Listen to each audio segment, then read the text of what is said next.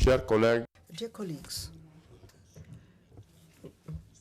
we will now listen to a few messages. The first message is from the American Secretary of State, addressed to the African populations via the ambassador of the African Union in the United States of America. I'd like to recall here that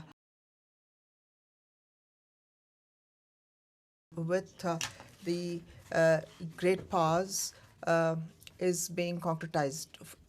For those of you who were in France on the 3rd of November 2015, I'm sure you'll all remember that when we defended the project of Energy for Africa at the French Parliament, it is the current president-elect, Emmanuel Macron, who was the representative of the government. And if you remember,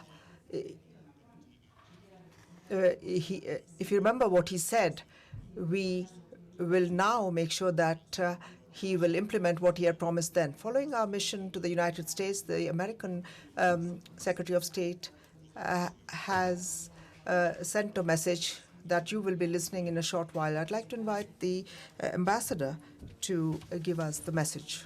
Thank you.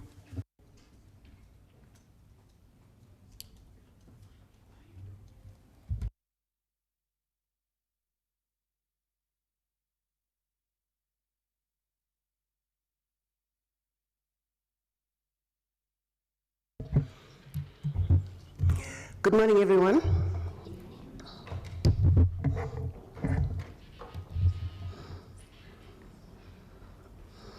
Mr. President, members of Parliament, thank you for having me up here again this morning. At the request of the President, he has asked me to share with you the good news coming out of the United States. Secretary Tillerson finally articulated the U.S. policy on Africa. And allow me to read what his comments were last week. The continent of Africa is an important, pardon me, let me begin again. The continent of Africa is so important from the standpoint that first, from a national security view, we cannot let Africa become the next breeding ground for a re-emergence of a caliphate for ISIS. We also cannot allow the terrorist networks that weave their way through Africa to continue unabated. You can connect the dots between countries throughout the central part of Africa and northern part of Africa, where the terrorist networks are connected. We have got to get into the middle of that and disrupt so that we can serve those countries. But Africa is also a continent of enormous opportunity and needs and will get and will continue to receive our attention to support stabilizing governments as they are emerging and continuing to develop their own institutional capacity, but also looking at Africa for potential economic and trading opportunities. It's a huge, I think, potential sitting out there, waiting for us to capture it, and then obviously a big focus of our health initiatives, because Africa still struggles with huge health challenges, and those are important to us, and they are going to continue to get our attention. So we are working today. We have some things we are working in North Africa relative to its relationship to the Middle East challenges and our ISIS challenges. We have got to step back and take a more comprehensive look at our approach to the entire continent, and that is out in the front of our agenda. Those were the comments from Secretary Tillerson, once again reiterating U.S. position in terms of how they engage to continue to assist Africa, for our issues are also their issues. I think that was great news coming out of the United States, and the President wanted to make sure everyone was aware of the current position on Africa from the United States. Thank you.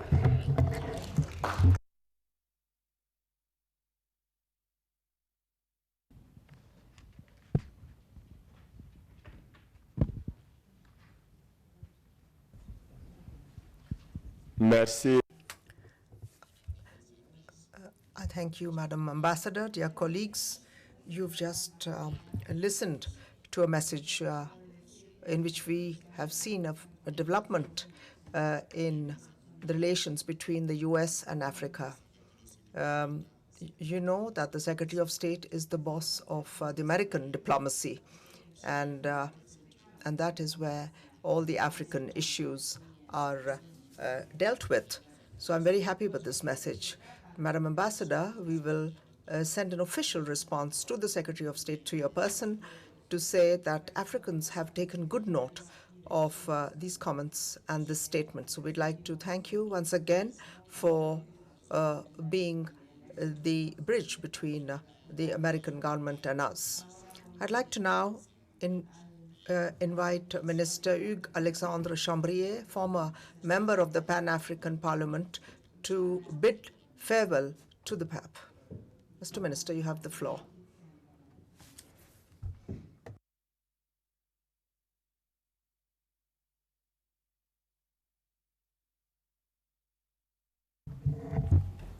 Good morning, everybody. Monsieur le Président, Distinguished President, distinguished members of PAP, honorable MPs, honorable senators, distinguished guests, ladies and gentlemen. At the very outset, I would like to express my gratitude to you, Mr. President, for having given me this opportunity to speak during this session and say how happy I am to see all of you again, my dear friends, my former colleagues from this august assembly. As you may all know, we have had some disagreement with the party I was belonging to. Indeed,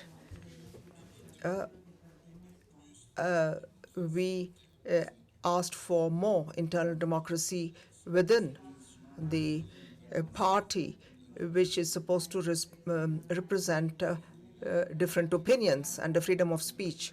As a result, two of my colleagues, along with me, have been excluded from our party, thus putting an end to our term of office as an MP in my country. Similarly, I was not allowed to stand for election again by virtue of the laws governing partial elections in my country. This is the reason why I cannot continue being present at the Pan-African Parliament, and this, as you've seen, for the past 1 year.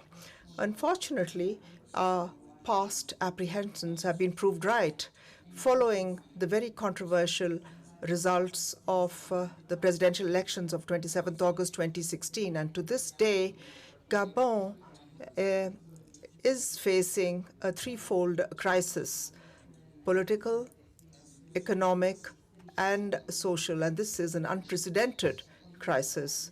So, Mr. President, dear friends, I believe that our countries, more than ever in the past, should stand up for observing the results of elections and rule of law.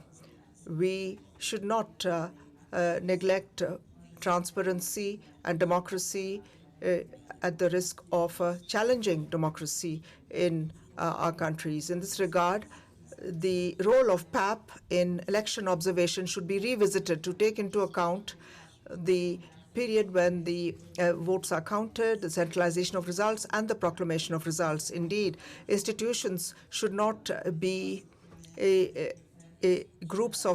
should not be made up of groups of people who are very biased and thus jeopardizing the good rules of governance.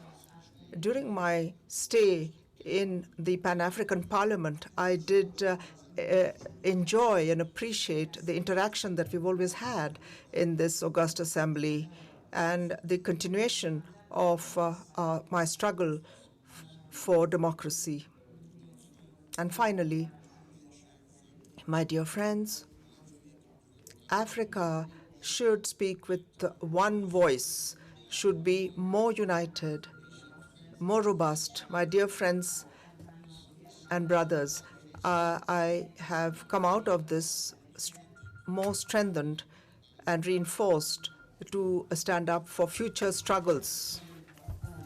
Very shortly, time has come for me to say goodbye to you. I enjoyed very much being among you at the PAP, with you, interacting with you. It has been a unique experience.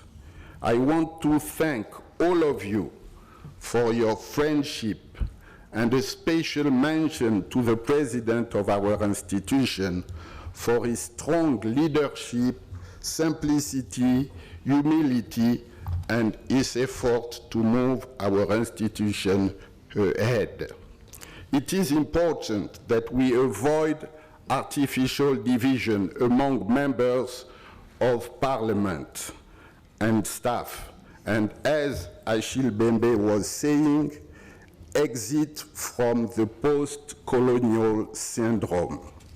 Last but not least, let me also thank the staff of the Pan-African Parliament for their professionalism and devotion, and I will treasure their attention.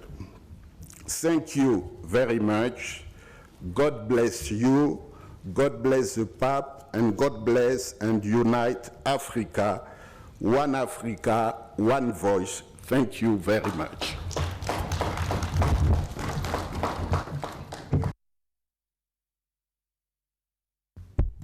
Merci.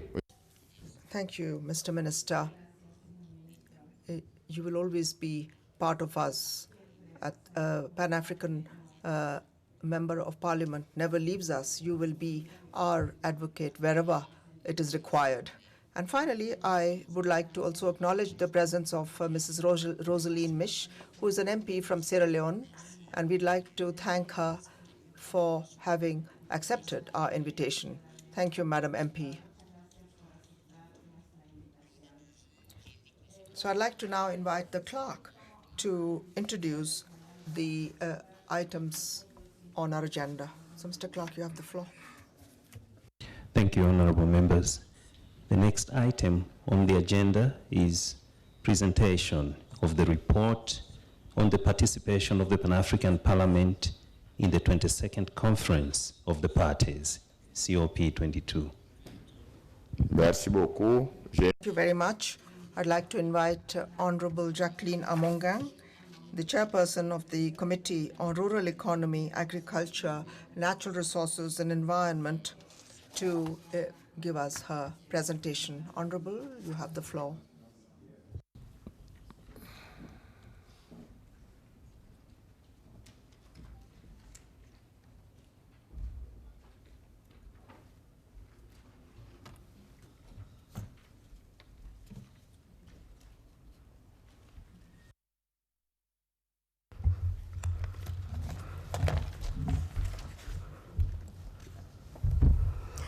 Ok, merci beaucoup. Thank you very much. Président, Very much, Mr. President. colleagues, ladies and gentlemen, I'm here to present on behalf of the Pan-African Parliament and on behalf of the Committee of Agriculture, Rural Economy, Natural Resources and Environment, a report of the participation of the members of the Pan-African Parliament in the 22nd UNFCCC COP, that is the Conference of Parties, that was held in Marrakesh in 2016. I therefore would like to move, and I know that most of you have these reports in your folders, and I'm not going to really detail it because it will take us long, so I'm just going to give highlights in regards to the key areas. Mr. President, I want, before I read this report, to thank your leadership when we initiated the participation of PAP in the COP processes and influencing the African Union message in terms of the outcomes of the COPs. I think you took it in aggressively and supported the participation of the various members of PAP, and also aggressively to ensure that our voices are heard in the COPs. So I want to applaud your leadership. Honorable members, the United Nations Framework Convention on Climate Change is an intergovernmental treaty developed to tackle the problem of climate change. The convention, signed in 1992, entered into force in 1994. The convention is aimed at reducing human contributions to greenhouse gas concentrations in the atmosphere, causing global warming. The supreme governing body of the convention is referred to as the Conference of Parties, that's the UNFCCC COPs, that are held annually and rotational in the different countries. And I'm aware that as the Pan-African Parliament, we started participation in COPs in Qatar, in Poland, we went to Paris, we went to Marrakesh, and I am sure that this year we will be in Bonn. Therefore, the convention has been ratified by 196 countries. That is the Conference of Parties, meet once a year for a 2-week period of deliberations, evaluation, and share best practices in the application and implementation of the convention, and continue with the process of negotiations between the parties, taking into account new commitments and identified weaknesses. COP agreed and allocated the responsibility for fighting climate change to all governments at different levels, with more responsibility to industrialized countries who have been identified as the major emitters. And of course, the major emitters, when we talk about the global emitters, you cannot forget Russia, you cannot forget the US, you cannot forget Germany by 2%, that is still very high. You cannot forget China, you cannot forget, so those are the global emitters that we are talking about. However, they take into account the specific nature of national and regional development priorities, their goals and circumstances. In general, COP's responsibilities include: 1, gather and share information on greenhouse gas emissions, national policies and best practices, implement national strategies and nationally determined contributions for addressing the issues on greenhouse gas emissions and adapting to foreseen impacts on climate change. Determining the provision of financial and technological support to developing countries, and I guess most of these developing countries are in the continent of Africa. Cooperate to be prepared and adapt to climate change effects. So therefore, honorable colleagues, since the inception of the COPs, a number of milestones have been achieved through the annual conferences that have taken place over the last 2 decades.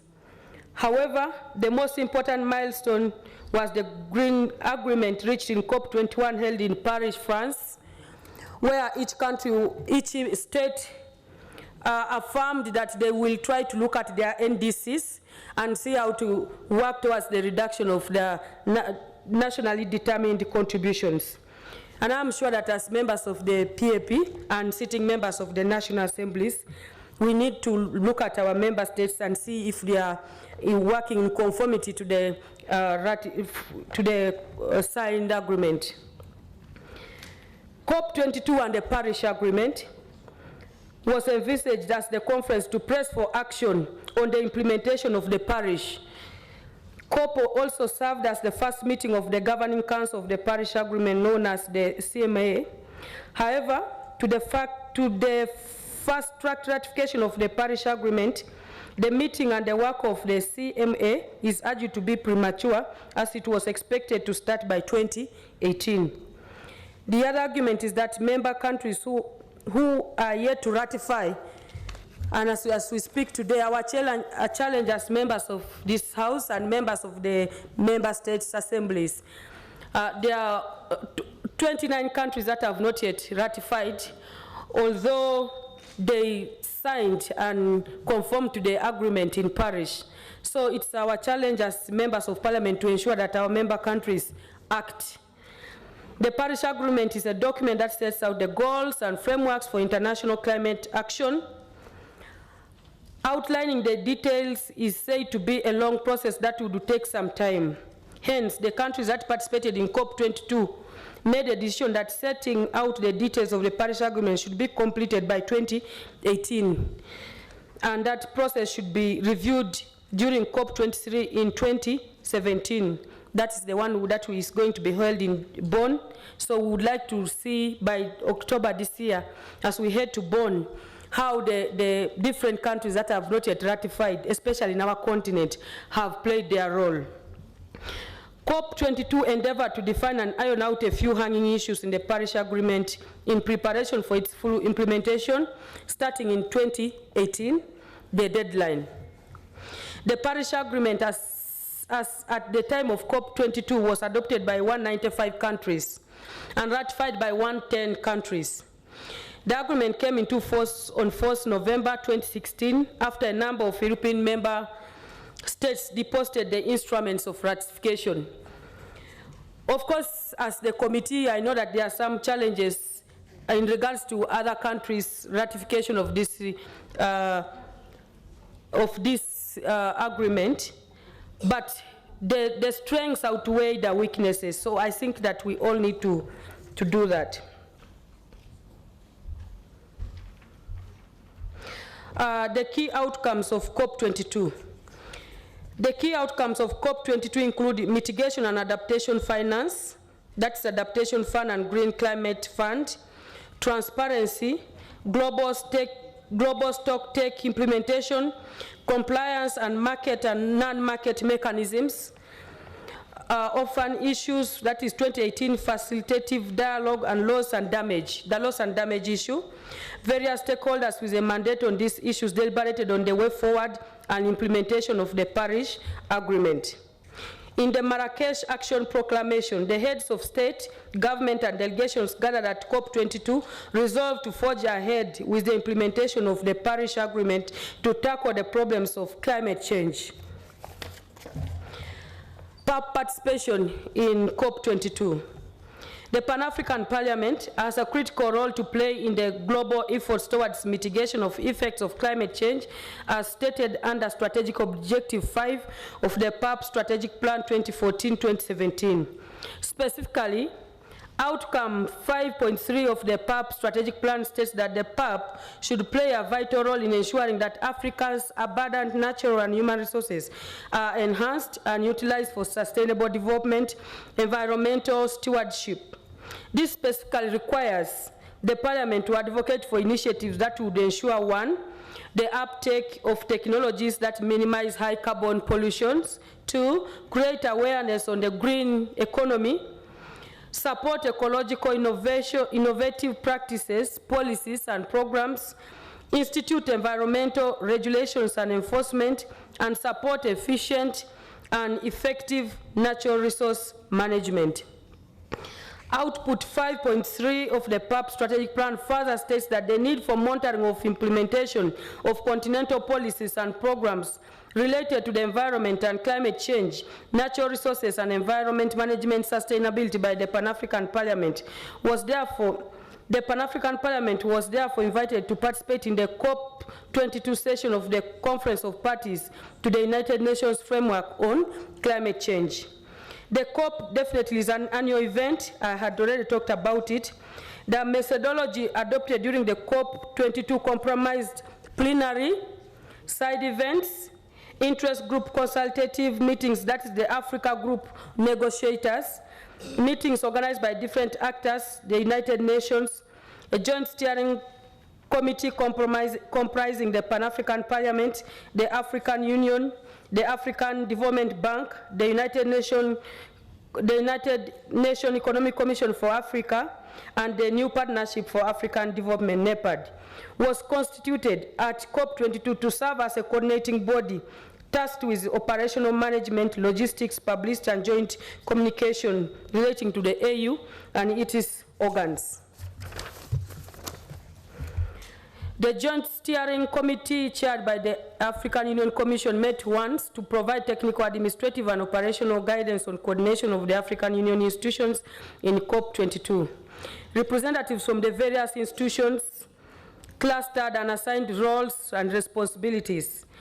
One, to prepare activities for Africa Day, logistics, side events. Representatives of the AU organs prepared and presented briefs to update the steering committee, as like we had briefs on a daily basis, depending on which session the different members were participating in. The Pan-African Parliament has been participating in the COPs of Conference of Parties as observer.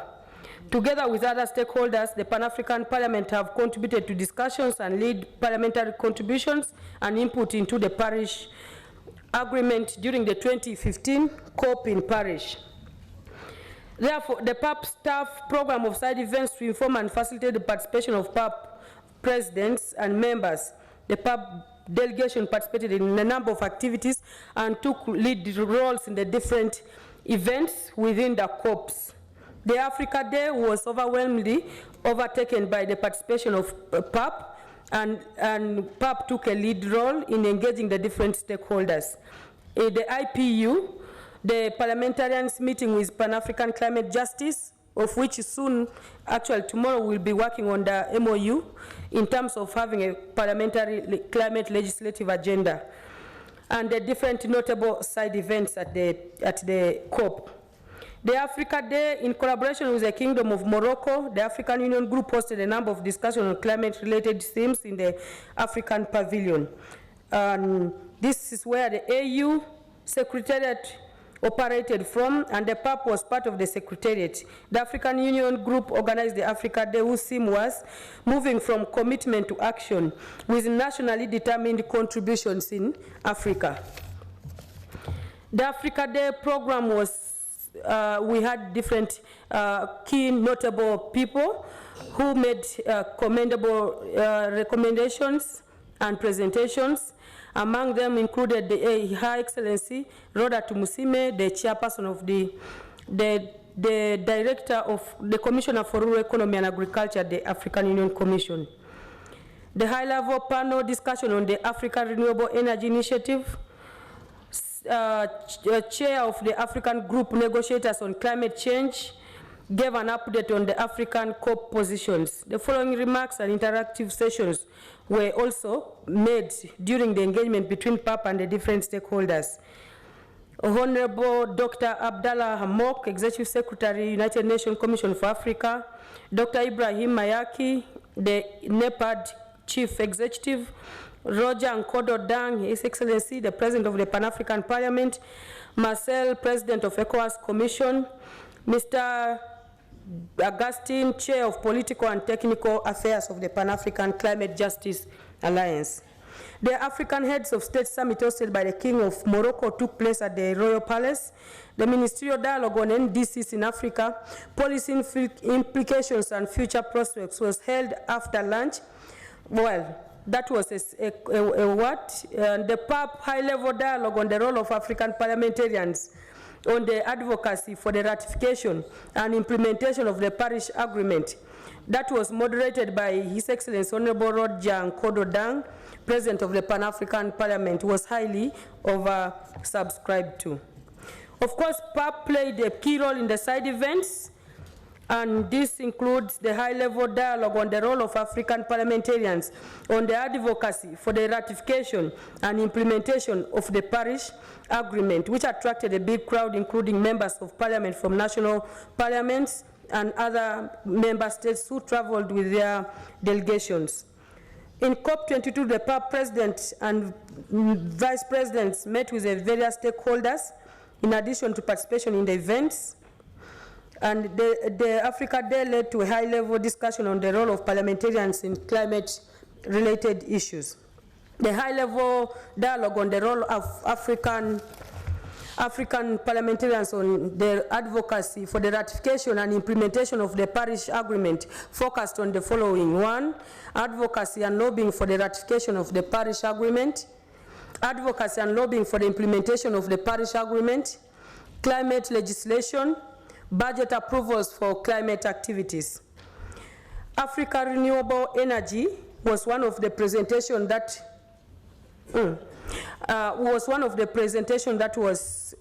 that took place, and PAP took a key role. The Africa Adaptive Initiative is also one of the other roles that we played a key role, and highlights issues to deal with the NDCs, and then the National Adaptation Program of Action for our member states. Africa Risk Capacity is one of the areas that was clearly stipulated, and members of PAP played a key role. The IPU meeting at COP22, where Honorable His Excellency the President participated, and the different members of the Pan-African Parliament. There was also a topic on the network on climate change for members of the, for parliamentarians in the globe, where Pan-African Parliament took a key role. The Africa Biotechnology event, Pan-African Parliament President receives the Green Country Award on behalf of Rwanda, because Rwanda was declared the greenmost country at the blue carpet for climate change action dinner under the patronage of Prince Albert II of Monaco. Maybe we need to applaud Rwanda for that, and we'll copy from what they are doing. The award was presented by the President of the Pan-African Parliament received on behalf of Rwanda. The award would later be handed. I hope this was already delivered.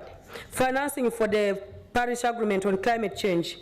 Various financing modalities were presented during COP22 on ways and means to unlock sustainable financing for climate change related activities. The platforms were different. Of course, that is one of the areas that was clearly highlighted. Financing is a theme at the COP.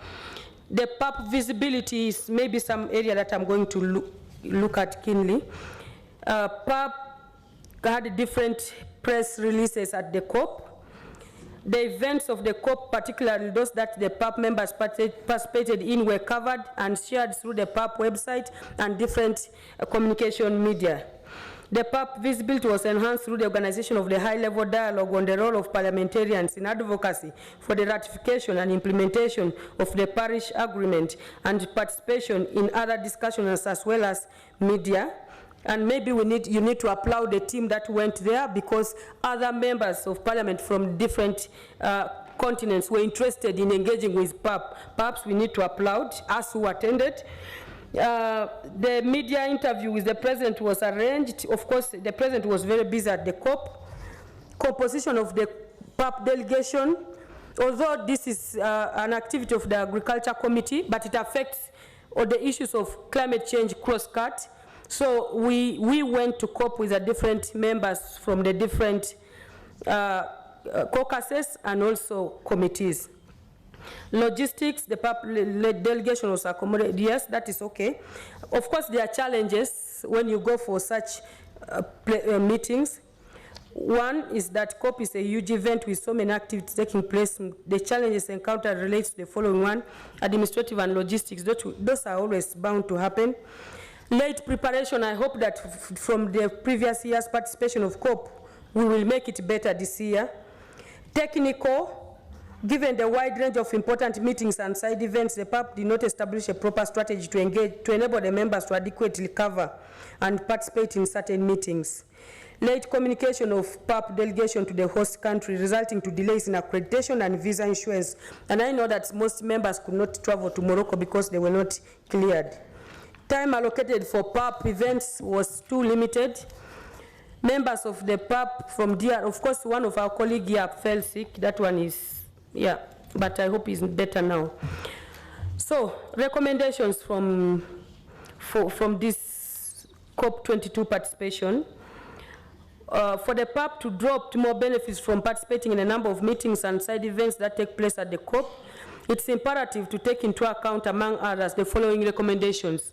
One, the PAP should position itself in future COPs, given its advocacy role for the ratification and domestication of the legal instruments relating to the Paris Agreement.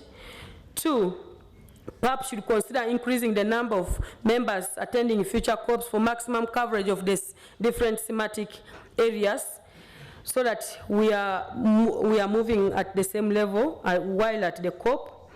3, given the mandate of the PAP as enshrined in the PAP strategic plan, the members should strategically be positioned in future COPs to represent PAP in the strategic meetings during the COPs as follows. 1, PAP members group 1 to attend thematic groups relating to uptake of the technologies that minimize carbon pollution.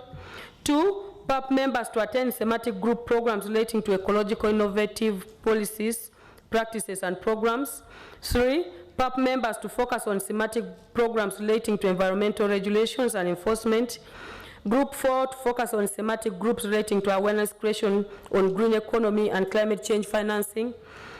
Group 5 to attend the African negotiators group briefing meetings. It's also recommended that PAP holds a briefing meeting for the delegations to come up with an African position before heading to the COP. A focal person should be assigned to support the MPs in each of these thematic group meetings to capture and record the proceedings. The PAP delegations should plan and strategize their participation to maximize benefits from the different and various discussions. The delegation should be able to meet often to report, share experiences and information on the different aspects of their participation. The PAP should consider increasing the number of staff for administrative support while at the COP. There is need to acquaint African parliaments with most of the AU-driven innovative initiatives, like the Africa Renewable Energy Initiative, Africa Risk Capacity, Africa Adaptive Initiative, to facilitate the achievement of the objectives of these initiatives. PAP should plan well in advance the side events on the role of parliamentarians in the next COP23 schedule for Bonn. The PAP should strongly advocate for the inclusion of African parliamentarians in national delegations to most of the forums, in particular their participation in COP. In collaboration with the CSOs, the PAP should plan for other side events for specific topics such as climate legislation, among others. PAP should also make follow-up on countries that have not made the ratification to ratify the Paris Agreement. Honorable members and colleagues, definitely this is a long report. I have just made a brief. I hope I've been that brief. Thank you for your listening.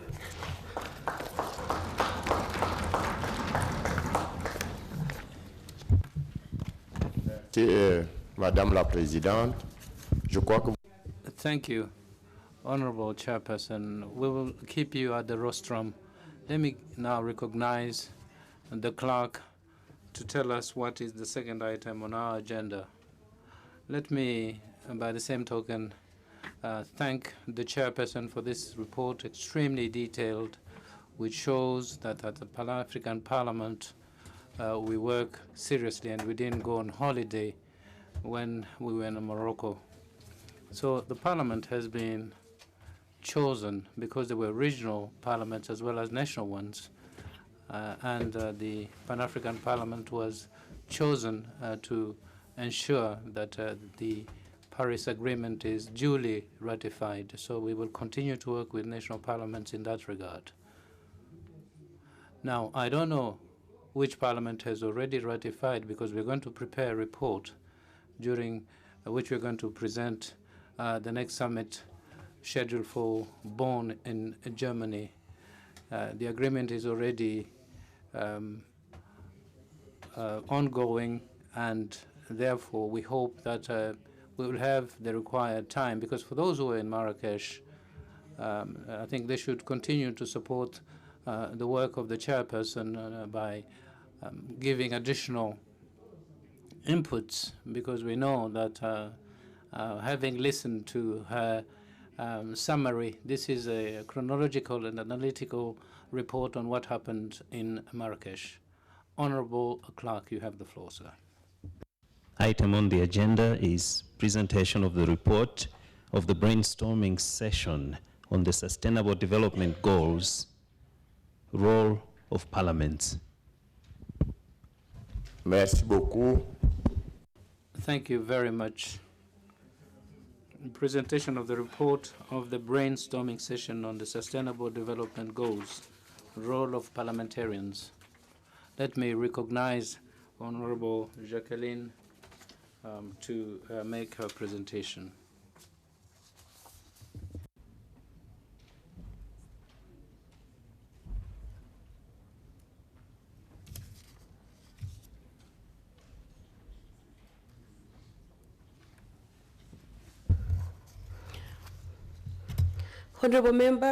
Honorable members, colleagues, I am back here to give you highlights on the session that we had in regards to the Sustainable Development Goals as a Committee of Agriculture.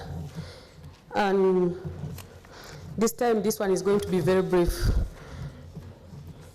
As a Committee of Agriculture, Rural Economy, Environment and Natural Resources, we thought it necessary as a PAP to champion the lead of the Continental Parliament in addressing issues of sustainable development goals in our Pan-African Parliament, but also in our member states.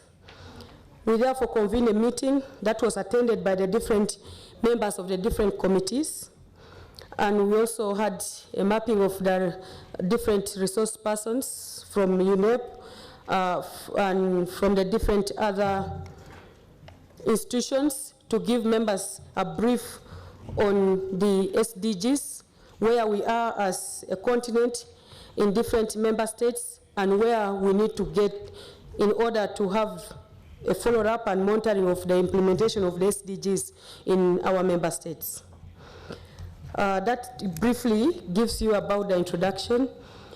Over the last years, the PAP has been actively engaging with the various stakeholders at national, regional, and international level to promote projects and programs aimed at improving standard of life of the Africans. The PAP has made much progress in contributing positively towards creating a better and prosperous future for Africa, but a lot needs to be done in order for the PAP to fully achieve all its objectives. Specifically, progress made towards promoting the development and eradicating poverty has been slow. Consequently, those objectives remain at the top of the agenda of the PAP Committee on Agriculture, Rural Economy, Environment and Natural Resources. On the other hand, in September 2015, the United Nations adopted the SDG post-2015, which presents an extended 15-year development agenda, 2016-2030. Hence, the SDG provides a sustainable umbrella that guide and coordinate developmental efforts at all levels to create a better and prosperous future for the people of the world. In this regard, the PAP, through its relevant committee, is seeking to play a more active role in the achievement of the SDGs and monitoring of this implementation at the member state level. This noble goal cannot be achieved without taking into consideration the significant role of the national parliaments as key legislative arms that ensure the development and implementation of right legislations and policies at the national level. Furthermore, the oversight role of parliaments would significantly contribute to addressing many related problems and challenges that face the implementation process of various projects and programs. Hence, brainstorming session on SDGs role of parliaments was organized. The objective was to update parliamentarians on the SDG goal and the level of progress made in achieving it, focusing on progress made by African countries. Inform parliamentarians on existing monitoring tools to track progress of SDGs at national levels, to discuss expected roles of parliamentarians in monitoring SDGs. Definitely in this program that we had, that attracted members from the different committees of PAP. As a committee chair, these are opening remarks, that is okay. The program, what is important is what we discussed at the meeting. We had high-level resource persons, Professor Godwill, Chief Researcher and Chair for the Chair in Business and Climate Change at UNISA, made a presentation on sustainable development goals focusing on domestication and localization of the SDGs in Africa. We also had the Millennium Development Goal and Sustainable Development Goals, emphasizing that the goals are not replacement of MDGs. Rather, they present an extended 15-year development agenda, 2016-2030. Notable also in his presentation was that MDGs are comprehensive and are broader in terms of financial resources and goal settings.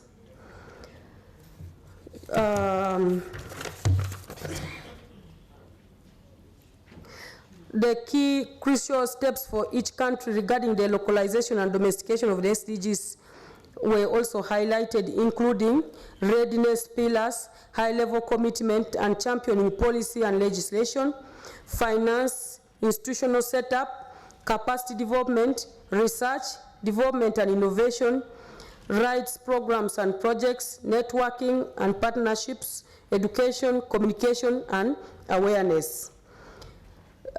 Key, however, was privacy and public trust, methodological soundness, technological feasibility, and data acquisition still pose considerable challenges in the implementation of the SDGs.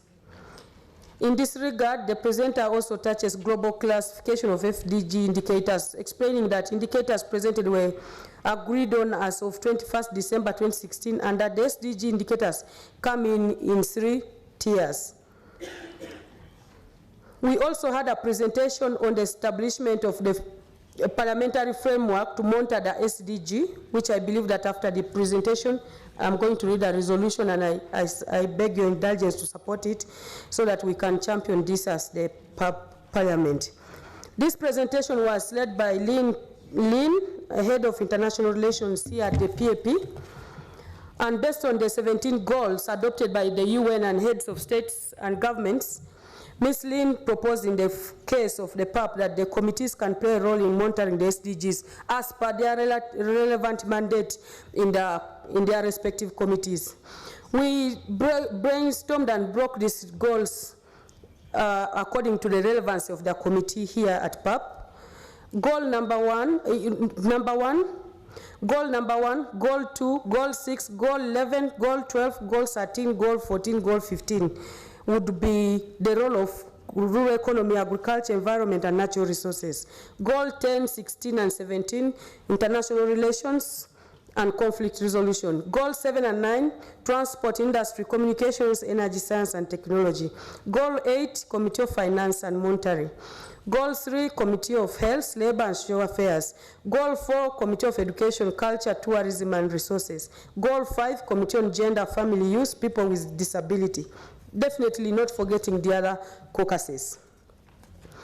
Then, in this presentation, the Committee of Agriculture was nominated to take lead in ensuring that the working group takes the SDG seriously in terms of its advocacy at the continental but also at the national member states. The other presentation was domestication of environmental dimensions of SDGs in Africa and implementation of Paris Agreement. This was presented by the director of UNEP, and the focus of the presentation was on the domestication of environmental dimension of SDGs in Africa and implementation of Paris Climate Agreement. The presentation was so enriching. She highlighted the SDGs, the UNDG's approach, and Paris 2015 and beyond implications for parliamentarians. And I think that most of the issues in this one are already highlighted in the first presentation that I made in regards to the COP 2022. The presenter explained that the Paris Agreement and the background of the Paris Agreement, the role of parliamentarians in implementing the SDGs and the Paris Agreement. She gave the following as key that I would love to raise to you also to share. One, review legal and institutional measures for giving effect to international law obligations assumed under multiple environmental agreement, the means to which they are a party, and rectify gaps through appropriate laws and regulations. Ensure that the requirements of the SDGs are incorporated in legal instruments, institutional measures, and implementing the Paris Agreement on climate change, especially in regard to adaptation mitigation, including action in the forest sector, international environmental crimes, fair and equitable sharing of benefits arising from the utilization of genetic resources, and promoting appropriate access to such resources. In her remarks, the presenter confirmed that achieving the SDGs requires establishing a strong partnership between governments, private sector, civil society, and citizens alike to make sure we leave a better planet for future generations. Finally, of course, members had different discussions, but we came up with clear recommendations, and this include, of course, we had the terms of reference for the subcommittee after a thorough discussion. One, following the presentation of the proposed draft terms of reference for the joint working group of the PAP, the meeting agreed to the terms of the subcommittee to include the following: one, allocate roles and responsibilities in response to SDGs across the PAP, particularly in the standing committees; and two, review periodically the status of the SDGs domestication and localization at national, regional, and continental level; audit and monitor SDG domestication and localization, especially at national level; galvanize governments to finalize SDG indicators and baselines; prepare governments to the ultimate periodic global reporting to the UN; make sure that cabinet fulfills its executive role regarding the SDGs; influence and oversee that resources are channeled to higher and other tertiary education institutions for research and development of SDG implementation; ensure that SDG related programs and projects are witnessed on the ground to the African people; assist in identifying good practices on SDG domestication, localizations to be shared across the continent; and involve all relevant stakeholders at the level of the Pan-African Parliament Secretariat, at the national level, parliaments and national parliaments, in promoting and raising awareness on SDGs; mobilize resources and people to build capacity through training across governance levels; organize annual SDG Gala with the member states as the Pan-African Parliament as a lead role. Final recommendation. The meeting agreed to establish a subcommittee on the SDG that composes all the relevant committees under the leadership of agriculture. Further agreed that members of the subcommittee be drawn from the relevant committees. The meeting adopted terms of reference for the subcommittee. Of course, the closing remarks were placed by the President of the Pan-African Parliament. Honorable members, that's the end of the report, and thank you for your kind listening.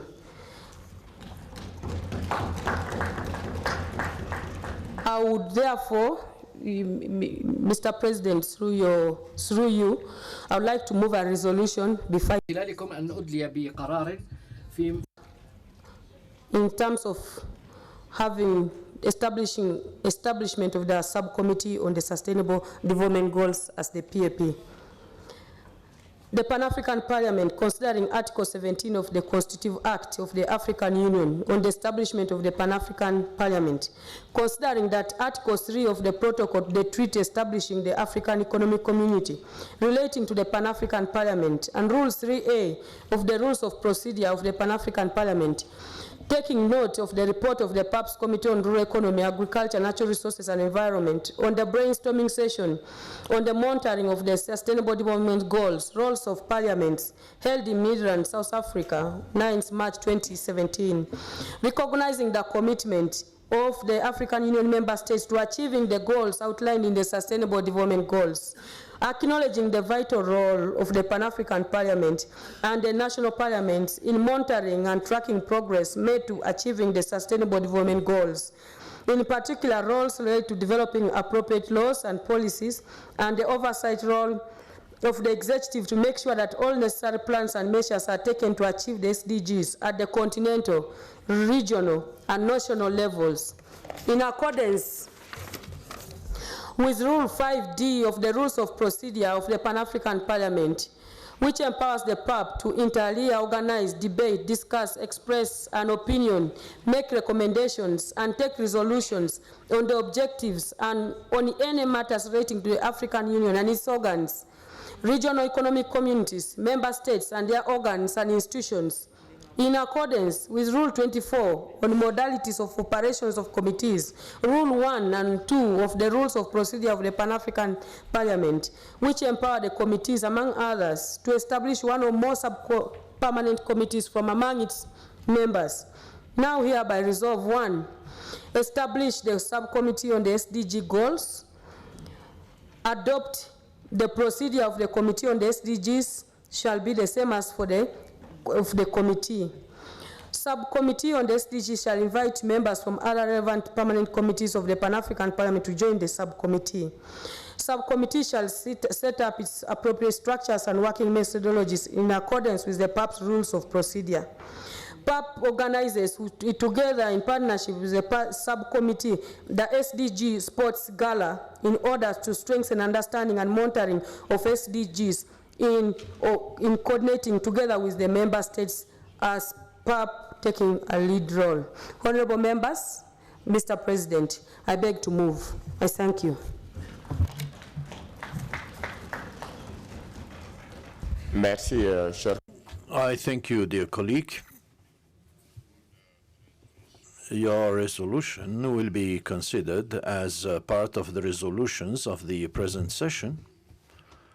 Now, I would like to invite colleagues, and since we have not prepared any list, now if colleagues want to take the floor, could they please write down their names with the Secretariat. I have a list here of 14 speakers. The first speaker on my list is Honorable Khalifa Kauya from Uganda, to whom I would like to give the floor.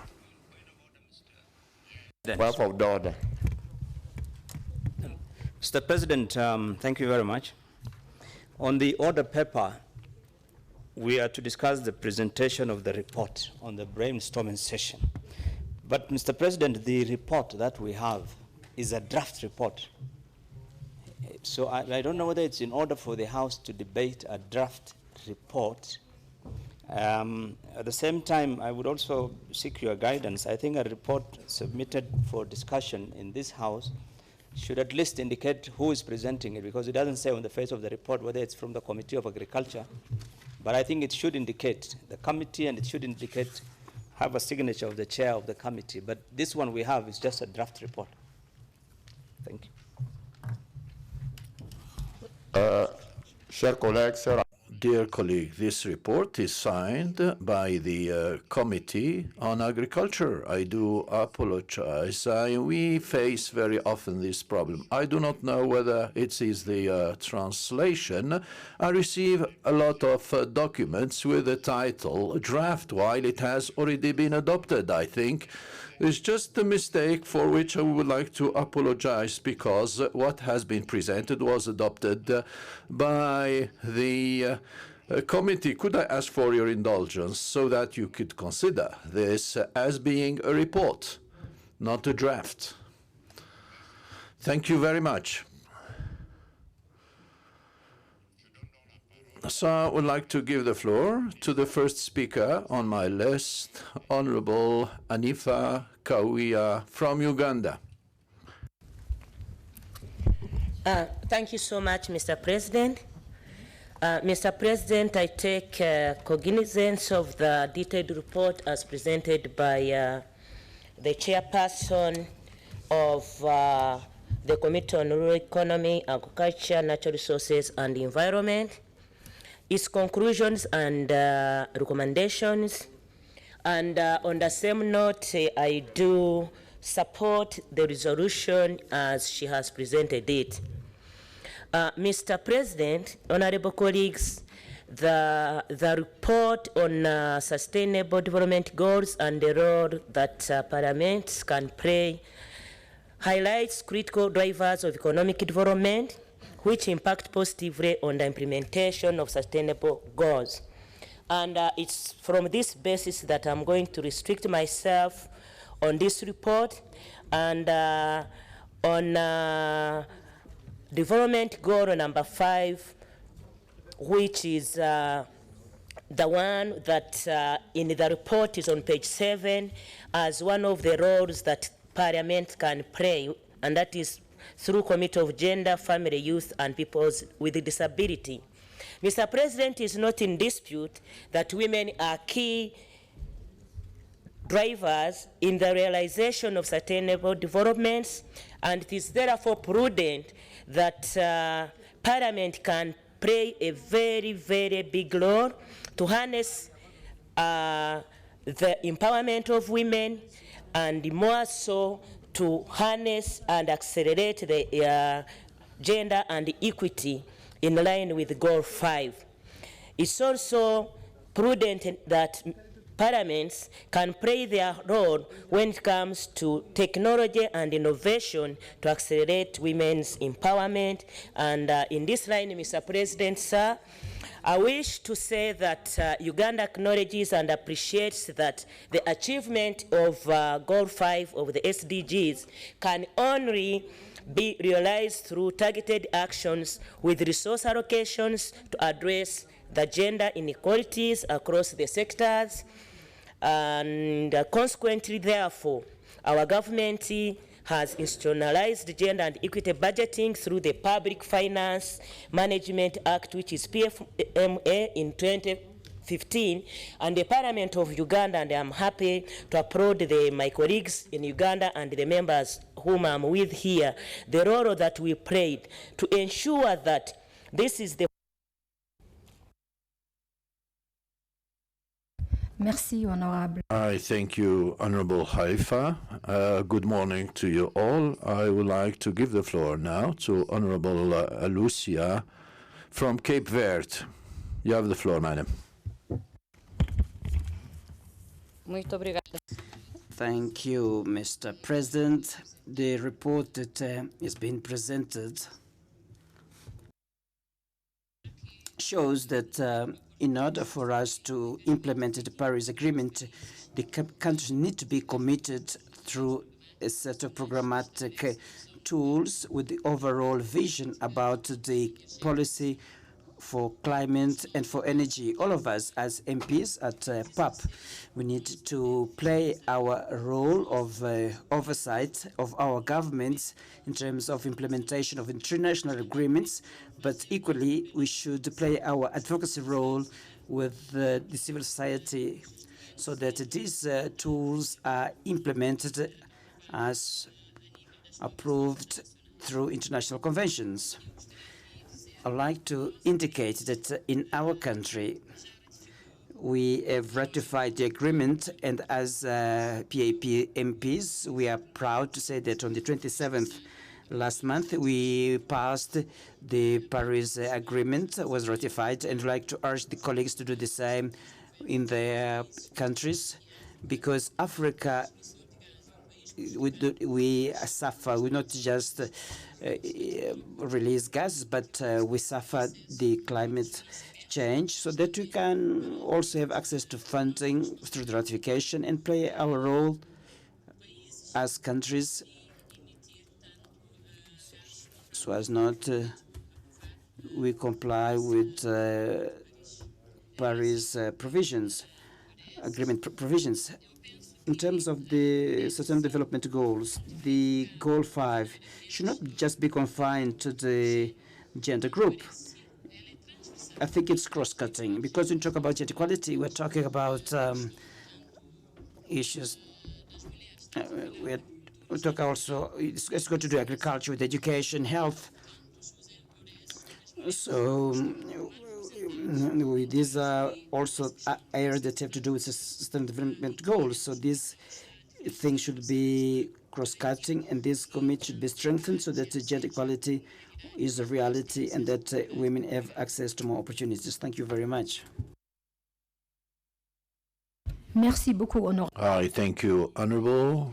And we would like to congratulate your country. We'd like to urge other countries who have not yet ratified to do so. Now I give the floor to Honorable Ernesto from Angola.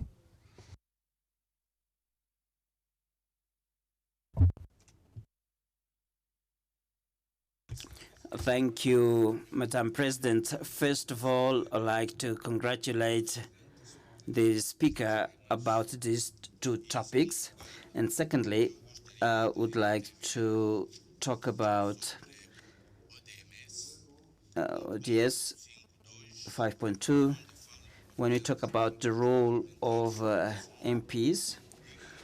And in my understanding, it would be proper for the 17 objectives,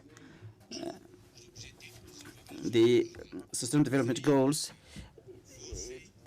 this should be detailed so that everybody would understand them, to know them. Of course, we can do the research, but considering that the importance of this document and the work done, it will be appropriate for these goals to be spelled out. What is goal 1, 2, and so on? Do we have more explanation that will assist MPs to know exactly these committees, when they deal with specific goals like 1, 2, and 3, this is specifically about this or that area, so that will make it easier for us to understand the work that we have to carry out. And in addition, we feel that on our part, we'll do our level best so that we can engage with our governments, with our parliaments, towards the ratification of the necessary protocols. COP22. Merci, Honorable. I thank you, Honourable Member. I give the floor now to Honourable Bogolo Kinubudu from Botswana. Thank you. I thank you, Madam Vice President. I thank everyone on the reports that were presented today, and just congratulate the teams that were working on these. But I'd like to start off by echoing everybody's sentiments ahead of me, that they should have been a bit more spelled out on these SDGs. But allow me to start off with the COP22. I am very pleased to see that PAP is actively involved in climate change and the negotiations, because as we all understand, the real burden of climate change will lie with African states and with some small islands, and therefore we need to be very active in these negotiations, particularly when it comes to adaptation and mitigation, as we know that these will drastically affect our food baskets, and any small change in our food baskets really will have some huge impacts on our people and our socio-economic development. We all understand our current status of our economic developments and socio-development issues. And therefore, I really ask that we remain at the forefront of adaptation and mitigation and tap into those finances that are being availed, because currently we see other major developing countries taking advantage of such benefits, and we are being left behind, even though we will be the ones to suffer and are currently producing less of those emissions. However, it is very encouraging to have seen this kind of report and some of those recommendations, and I can only hope that we will participate and continue to talk with the Africa group that is negotiating during the following or subsequent COP negotiations.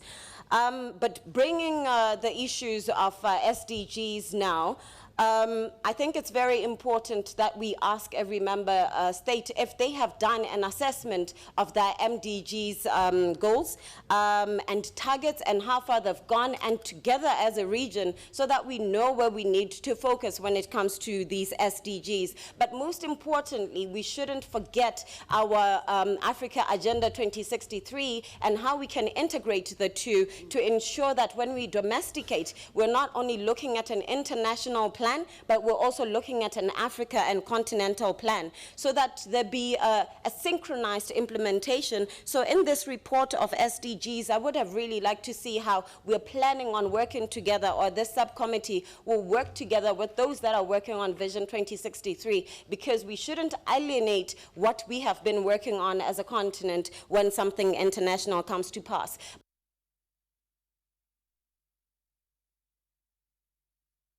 Merci, honorable. I thank you, Honorable. I would like to invite now Honorable Zakayo Shiryu from Kenya. I do apologize if I have mispronounced your name. Contribute to these subjects which we have just discussed. From the onset, I would like to say Kenya has adopted the COP22 requirements. We have done the necessary legislation, and it's a matter of implementation. My concern is that in Africa generally, we are coming out with documents and findings which are high-sounding, so descriptive, and yet implementation is really zero. So we need to address those issues as members of parliament. In our role as oversight, we should be able to task governments to be able to implement all what we have decided, because these are documents which have come out as a result of technical evaluation, a lot of consultation which have been done. On the SDGs, I would like to say, for the first time, we are now adopting a multi-sectoral approach to the issues which bedevil the world, and particularly the continent of Africa. Issues like conflict, which really affect us, must be addressed as part of poverty reduction. We are talking about poverty eradication, which to me really is an empty word, because you can never eradicate poverty. You can only reduce it. So we need to address these issues much more seriously. I would like to say the committee, which I'm a member of, has done a very good job in terms of giving a PAP information digested for us to be able to do our oversight role. Otherwise, with those few remarks, thank you for the opportunity. Merci, Thank you very much, Honorable. I would like to invite now Honorable Kaltoum Abdul Karim from the Sudan.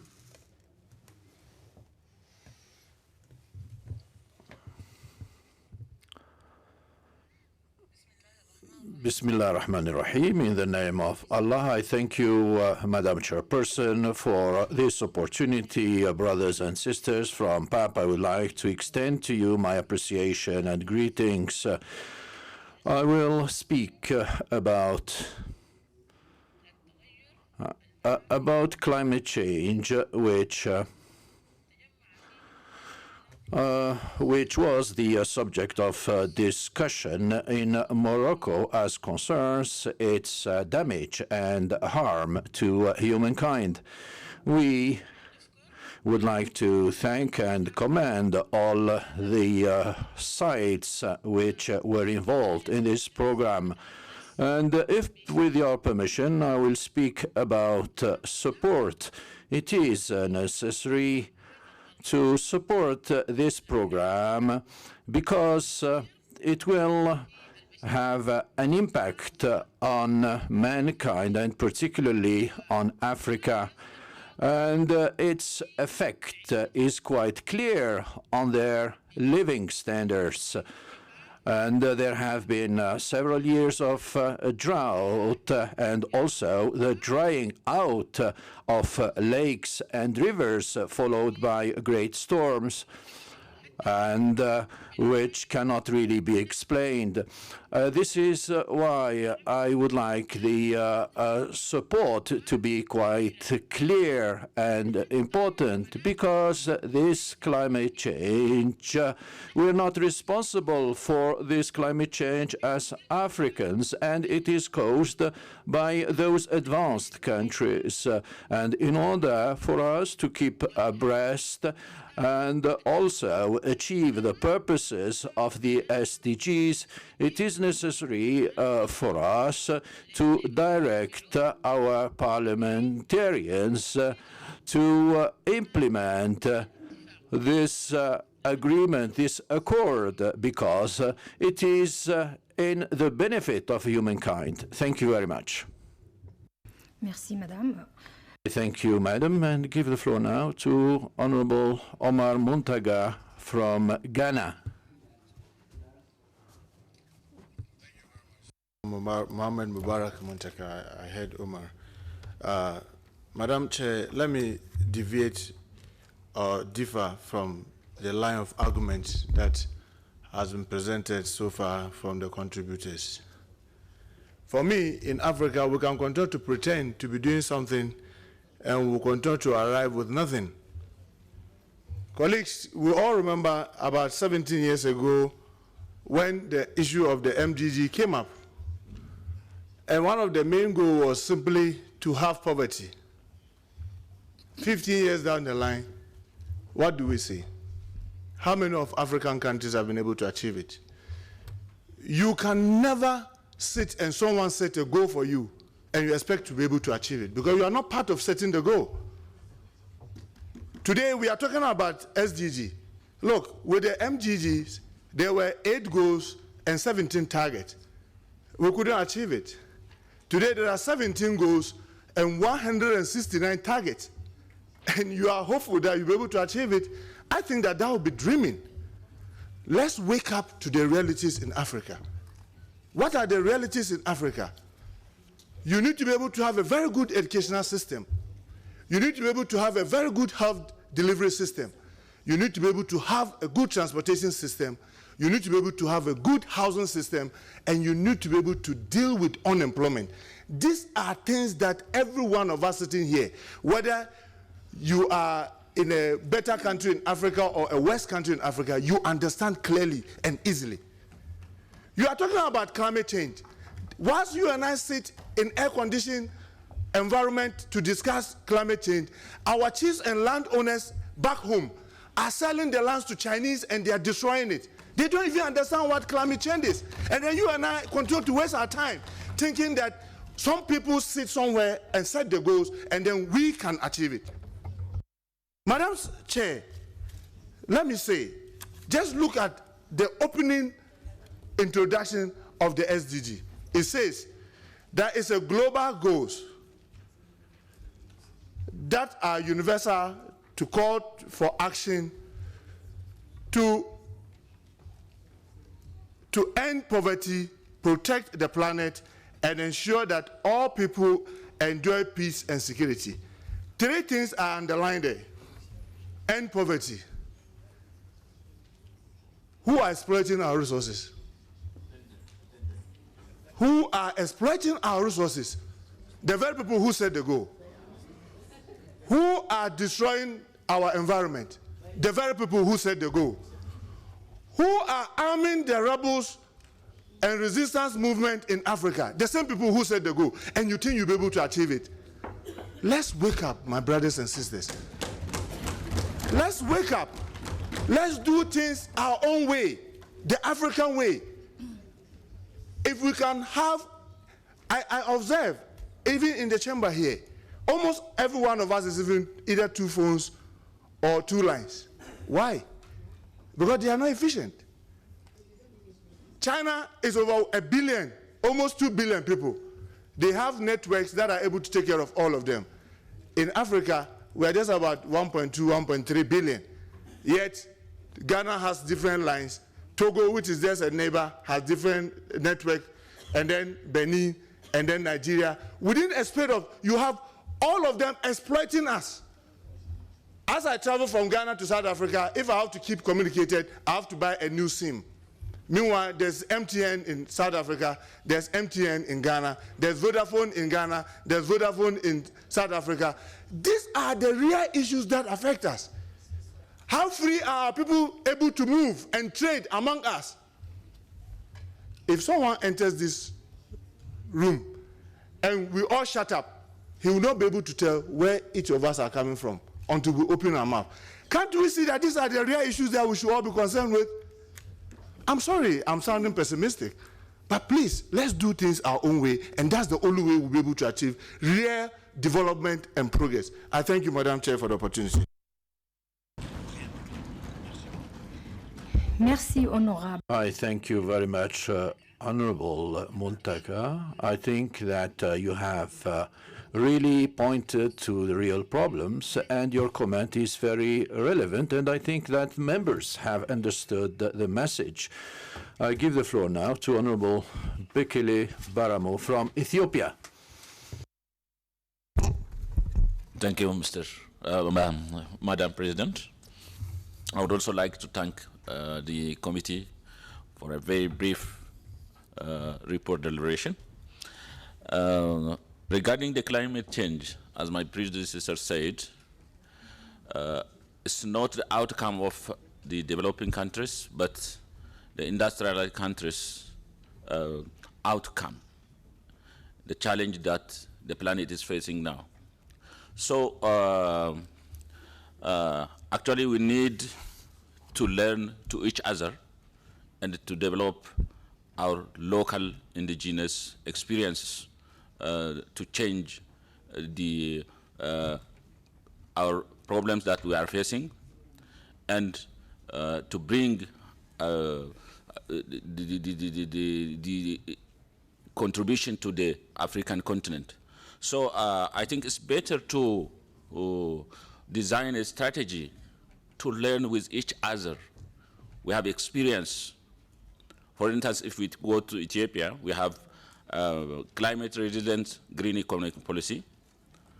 In this regard, we are addressing the issue of climate change within the country. That needs to be allied with the neighbors and the continent and international level. So in this regard, I think PAP should consider how we can learn our experiences with each other, how we can develop our indigenous and current experience to our people. So I think that's very important, my predecessor from Ghana said. And the next, this climate change needs resource. So the developed countries pledge to support developing countries. What that promised arrived now? Where is it now? How it is going now? We reached so many agreements and treaties, and the conference also brought some outcomes. How that agreement and treaties are binding? Who is holding there? So I think it's better to follow and to oversee what the government are doing in that regard. How is that promise and pledges are working now?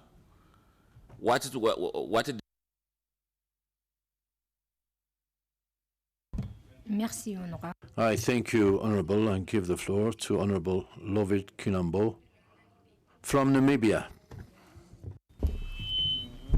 Thank you for the floor. I will confine myself with the last presentation on SDGs. I support the previous comment, in particular the colleague from Angola when he said, before we even think in terms of having a subcommittee, we as PAP MP representing national parliament of the continent, we have to digest the content of all SDGs because they are all very, very important. Secondly, after we digest it, all of us, then different secretarial committee must also have a workshop on allocated SDG to them before we think in terms of that subcommittee. Very, very important. I have to support the colleague from Ghana and the young MP from Botswana when he said, when we discuss these things, let's not forget what we have set for on the African continent, namely AU Agenda 2063. If you are going to agree to have that subcommittee on SDG, then that committee must scrutinize that SDGs with our AU Agenda 2063. In that way, then we'll be able really to try to move African continent forward. Otherwise, I support the sentiment expressed by my colleague from Ghana. So I move.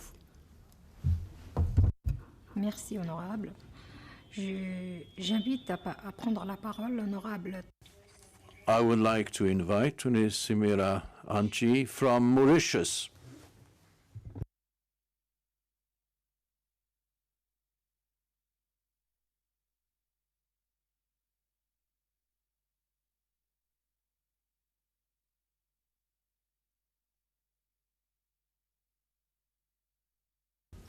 Thank you. Sorry for being a bit late because somebody was looking for me outside. I also welcome this report, and I consider that the Sustainable Development Goals is very important for Africa. Particularly, I think that we should have priority. There are a lot of goals, but I think the one which concerns all of us is a problem of extreme poverty. I think that this is a very big challenge for all the African states. And to this effect, for example, in Mauritius, in my country, we have now what we call a Marshall Plan to combat extreme poverty. And to combat extreme poverty, I think that the best way is to create jobs, particularly jobs for the young people. We need jobs, and we need decent jobs. And also, we have also to provide, to extend social aids to people who are living in poverty. And this is very important. We have maintained what we call the universal basic pensions for all our people who attain 60 years old. And also, I think through education, for example, in our country, education is free. Health is free. Even transport for school children and people attaining 60 years, they have access to free transport. I think these are important issues. For example, I've heard my colleagues speaking also about housing. This is also an essential thing. So I think that we should not be too, aim at many things which we cannot attain. I think that the struggle should be to attain the basics, the fundamentals, to make people lead a better life. And I think that in our parliament, in our respective parliament, we should have an audit, a monitoring of all progress, of all activities that have been implemented already. And I think that they should submit report to the Pan-African Parliament, and then we can have discussions and also benefit from the experience of other states. I think that this can help. So we must also have go forward with the struggle against all forms of corruption. I think that this is a very important issue, and this is raging. This is something very quite common in our countries, and all efforts should be done to combat, to eliminate corruption and build a better society where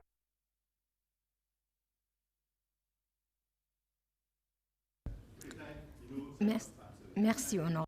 Thank you, Honorable. I'll now acknowledge Honorable Matime from South Africa. Thank you very much, Madam Vice President, members of this august House. I welcome the report given to us this morning. Indeed, Africa is headed for a successful years. The youth is taking responsibility. And indeed, Madam President, we are obliged to leave a better planet for future generations.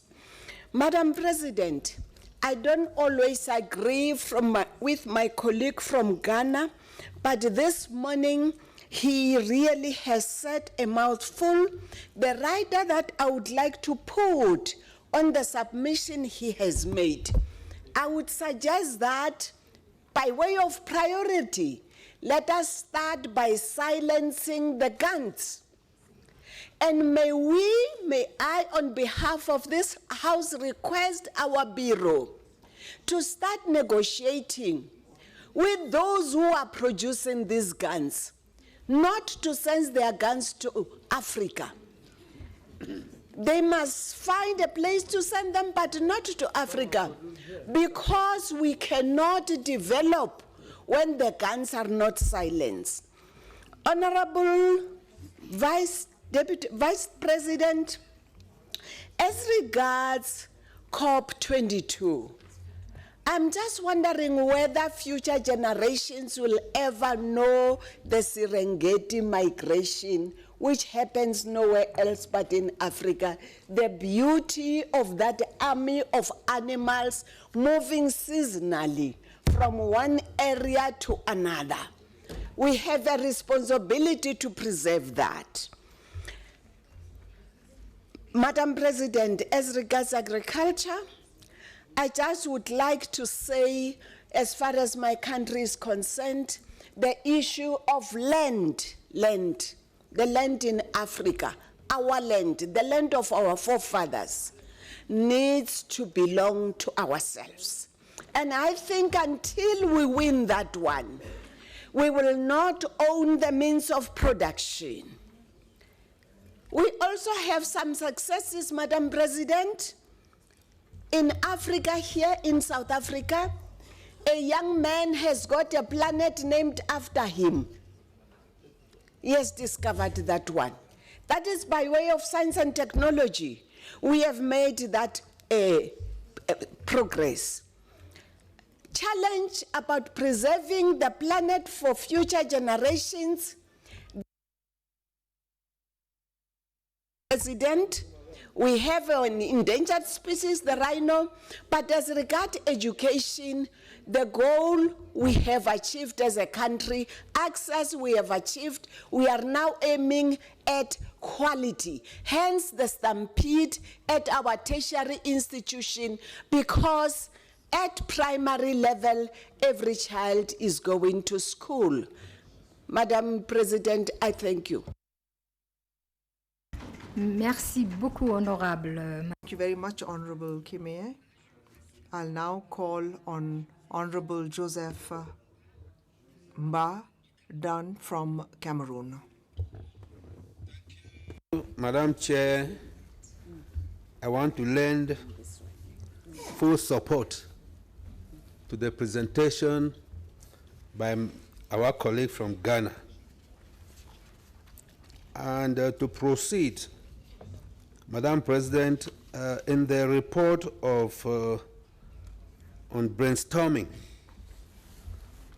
at page 7, I see how the presenter outlined the various goals and attributed them to a number of committees, standing committees. I discovered that the Committee of Justice and Human Rights appears to be irrelevant. But when you come to page 9, the role of parliamentarians in implementing the SDGs and the Paris Agreement, I find 1, review legal and institutional measures for giving effect to international law obligations assumed under multiple environmental agreements. 2, ensure that the requirements of the SDGs are incorporated in legal instruments and institutional measures. This indicates very clearly that the Commission for Justice and Human Rights is relevant. And Madam President, where am I moving to? I want to say the motion which has been put for the creation of another committee might not be quite acceptable. And I invite us to read the functions and attributions of all the committees we have. We'll discover that we don't need to keep multiplying or to multiply and render some of the committees irrelevant. Thank you very much. Merci, honorable. Thank you, Honorable. I'll now call on Honorable Colette Munginbi from Gabon. Merci. Thank you, Madam President. Madam President, COP is of interest to the whole of the world because it has to do with climate change that we are all observing in our countries. But we do note that in some of our countries, those who are at the beginning of this change have obtained certain contracts, and they're continuing to dilapidate our forests and undertake activities which are ruining our economy. So I wonder what role could be played by the African Union and PAP to regulate these activities in order to protect our environment, because beyond simple discourses, we realize that our countries still have some development needs. I thank you. Thank you, Honorable. I now call on Honorable Aminata Nyang from Mauritania.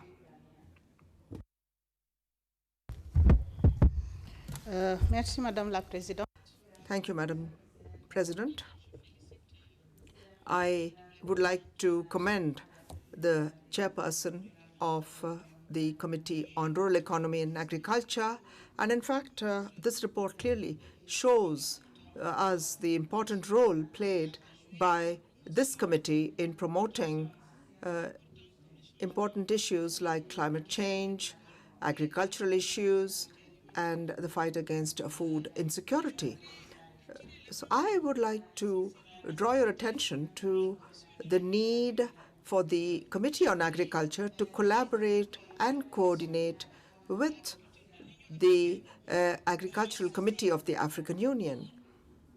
And this in order to promote, as rightly said by our colleagues, programs and strategies that have been developed at the African level. Now, the establishment of this subcommittee in charge of the follow-up of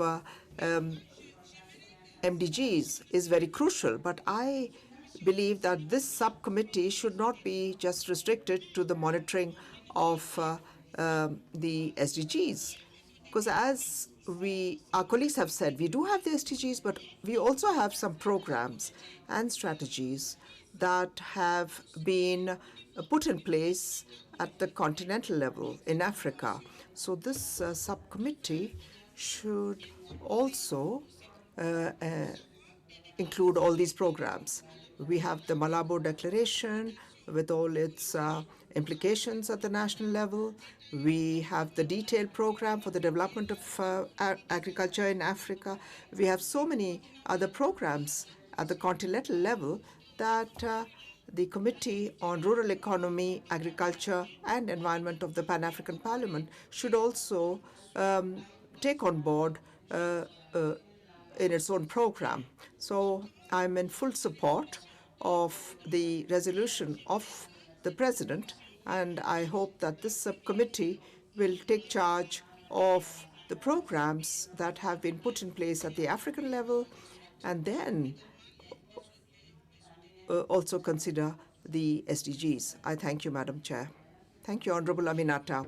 I'd like to now invite the fourth Vice President, Honorable Dr. Bernadette Lahai from Sierra Leone. Vice President, let me thank Honorable Jackie for presenting us the two reports. They are very important. Some of us are witness to the COP22.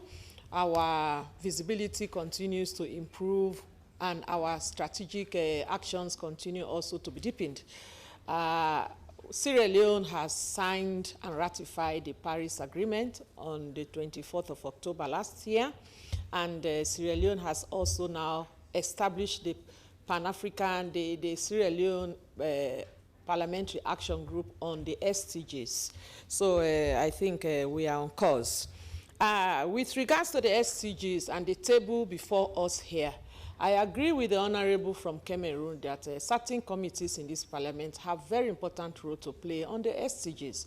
For example, in the discussion on climate change, we are talking of loss and damage, and the issue of reparation and the issue of justice is very much highlighted, especially for Africa, because we contribute little to emissions, but we are the greatest sufferers of the effects of climate change. So I think the issue of justice should be very highlighted. And if we look on the continent again, we have a lot of refugees and internally displaced as a result of climate change issues, you know, when flooding, drought takes place. So the committee also on immigration and the committee on trade is also very key. I think what we should look at, let us go back to this table and look at the functions of every committee and see how each committee is aligned to the SDG. But let me end up by saying is that whether it's the SDG, whether it's the Paris Agreement, Africa has to take its own responsibility. We cannot, in every sense, relegate our poverty, our situation, to externalities. Let us try to compartmentalize those factors that Africa themselves are responsible for and how we can address them. Let us also delineate those factors responsible for our poverty that are external to our other partners. But we cannot continue every day to blame externalities. For example, let's take the issue of gender. It is not our external people that are saying that we cannot agree on gender equality. We should not be taking our girls from school. It is not the external people. FGM is not the external people. And even, you know, our resources. Africa is rich. We have got the report from Thabo Mbeki. We have got the report from Obasanjo. We are rich. But what are we doing with our riches? Let our leaders take responsibility for where we are and what we are. Some African leaders are richer than all their population put together. We cannot and blame. So let us compartmentalize those that we are responsible for and we can take control of, and those that we cannot or are not responsible, and work with international people to address it. I thank you very much. Merci. Thank you, Honorable.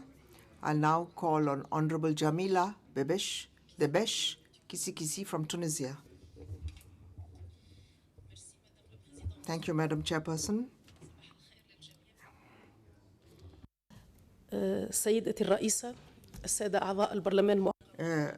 Madam President, distinguished members of the Parliament, I would like to lay emphasis on the role of national parliaments for the realization of the Sustainable Development Goals, because we have oversight over them and we need to have mechanisms for the implementation of Sustainable Development Goals. The African Parliament also has an important role to play to supervise and monitor the implementation of resolutions for the achievement of SDGs. I'd like to lay emphasis on the subcommittee and which will come out of this initiative proposed by the President. I'd like to thank the subcommittee for the report presented, which has a lot of important data and information.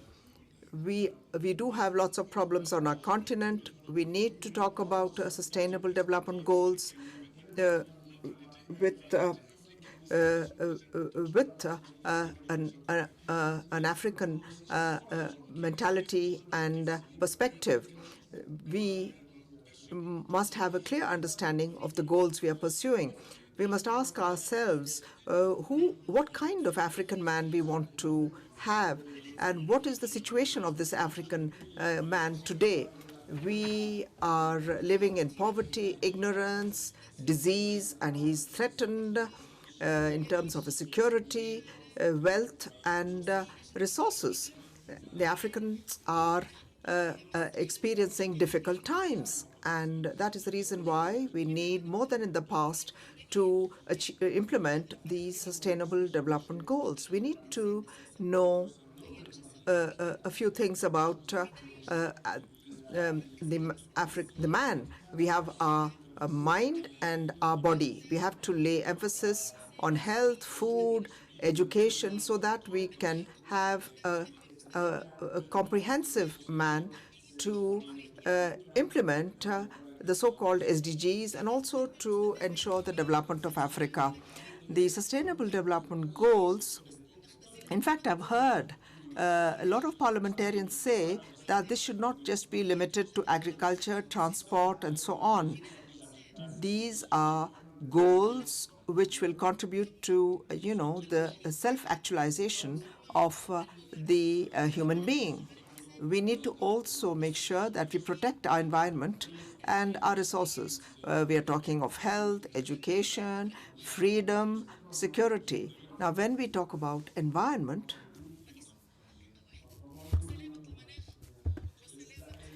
we should have a healthy climate, we need to have a healthy environment, and all the resources we have should be protected. So we are facing a major challenge, and we have to also make sure that we can counter the economic colonization, which is a threat to all African countries. Madam President, we have to put in place our own mechanisms to achieve sustainable development in the African parliaments as well as in the African Union.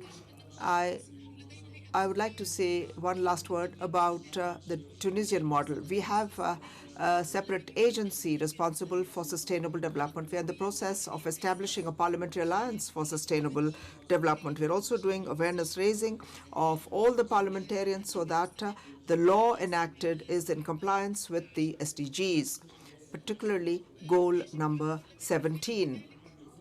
The Pan-African Parliament should also encourage the committees, relevant committees, for the monitoring of SDGs, so that we have a serious oversight over these issues.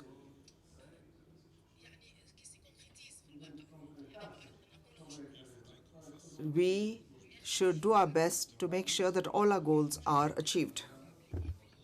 And now, I'm sorry, because the names are handwritten, and I sometimes can't read the writing. Honorable Evelyn, I think it's Honorable Evelyn from Burundi.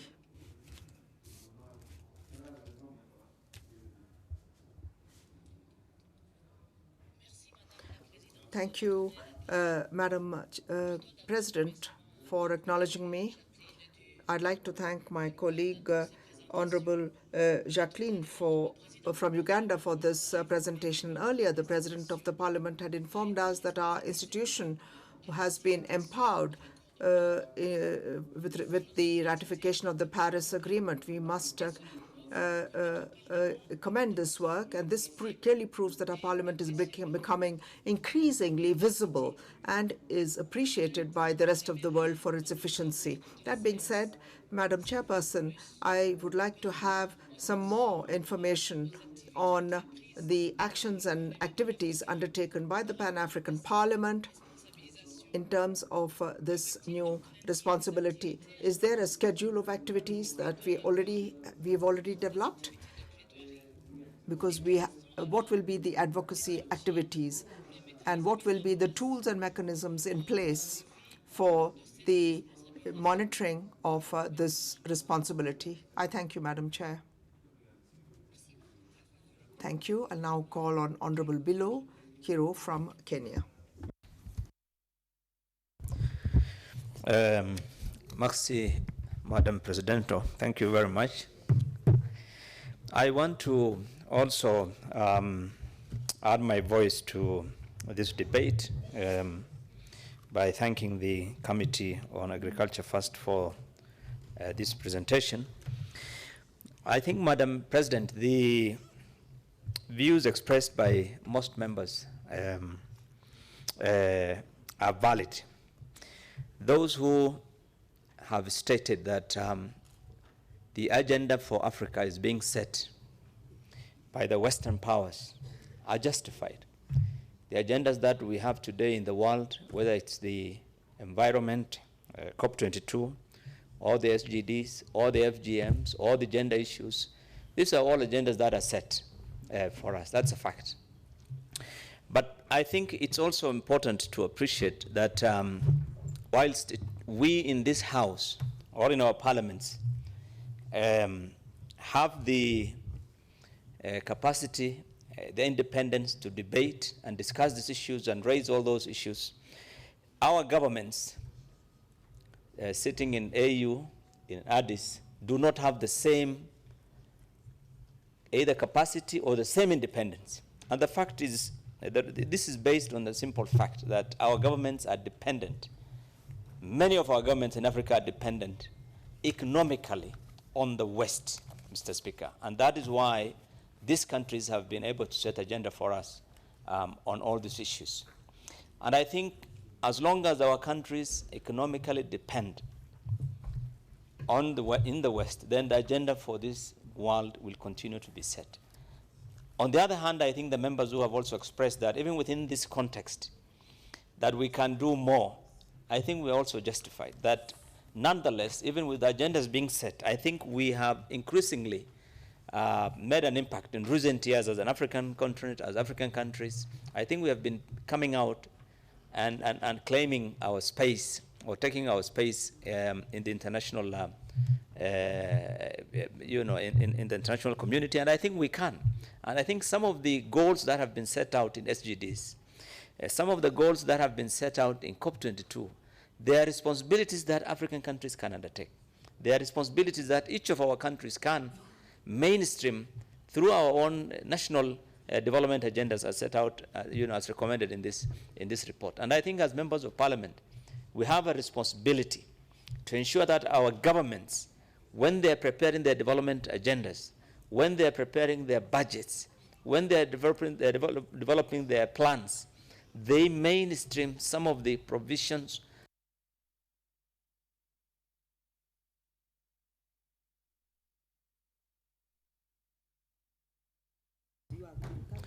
our role as members of parliament, whether in this house or in our respective parliaments, Madam President, is to ensure that our governments stick or are committed to those values and those specific provisions that have been set out. And I think this is something that we are required to do, to provide oversight, to hold our governments to account. And I think the recommendation here that we must, as PAP, take the challenge and be able to monitor the performance of our governments in relation to these international commitments, I think is important.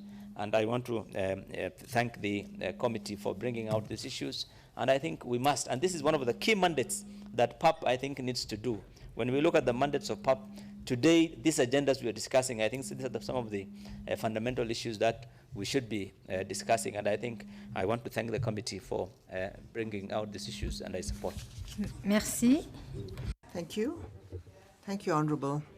I'd like to invite Honorable May Ibrahim from Egypt to take the floor. شكرا سيدة نائبة. Thank you, Madam Vice President. I would like to, first of all, thank the chairperson of the Committee on Agriculture for this important report. And I'd like to invite the member states to ratify the Paris Agreement. We are still suffering from the negative impact of climate change, which has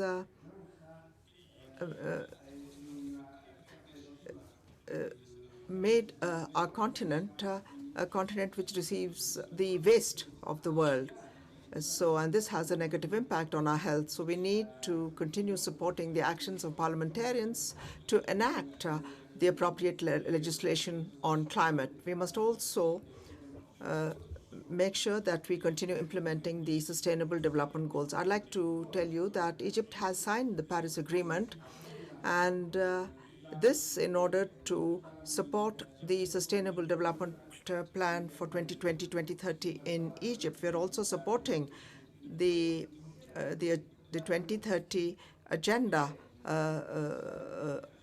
of the United Nations and the 2063 agenda for Africa. What is actually preventing the other countries from signing or ratifying this agreement? Will they wait till Africa is totally destroyed to do so? No.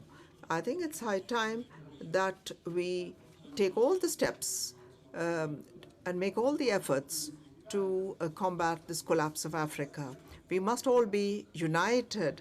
We need to support the Sustainable Development Plan in all our countries. We must put an end to all the threats facing Africa. On the other hand, I'd like to lay emphasis, as rightly said by the President of PAP yesterday, His Excellency Roger Kododang. The Committee on Agriculture is the main committee to monitor the implementation of SDGs. We have 17 SDGs, And a number of these goals fall under the responsibility of the Committee on Agriculture.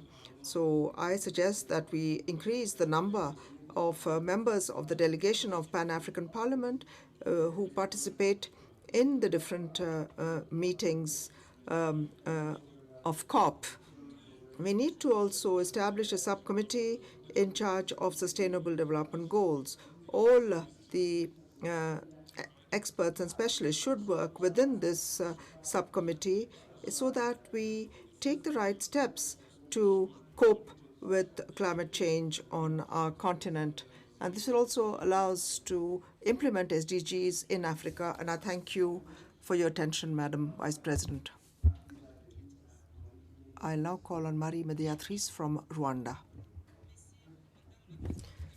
Thank you, Madam Chairperson, for having given me the floor. I'd like to seize this opportunity to commend the Bureau of PAP for the efforts made in building the capacity of the members of PAP in the field of climate change. I'd like to also thank the President for his availability during the handing over of the message in Kigali to our President when the award was given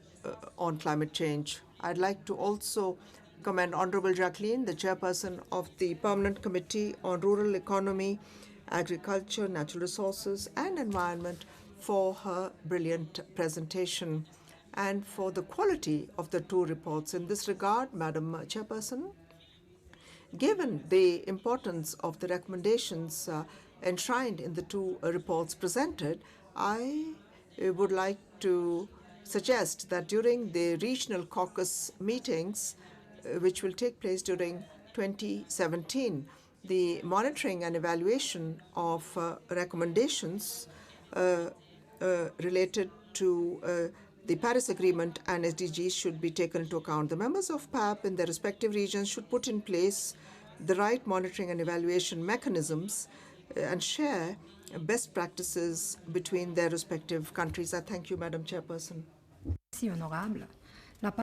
Thank you, Honorable Parliamentarian.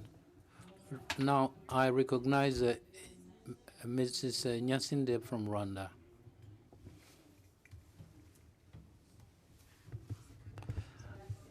Thank you, Honorable Vice President, for giving me the floor.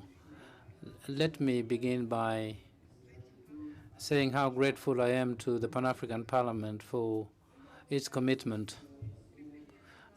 Let me say that I fully share the views of my colleague from Cameroon on behalf of the committee on the Commission on Justice, because on page 12 of the report on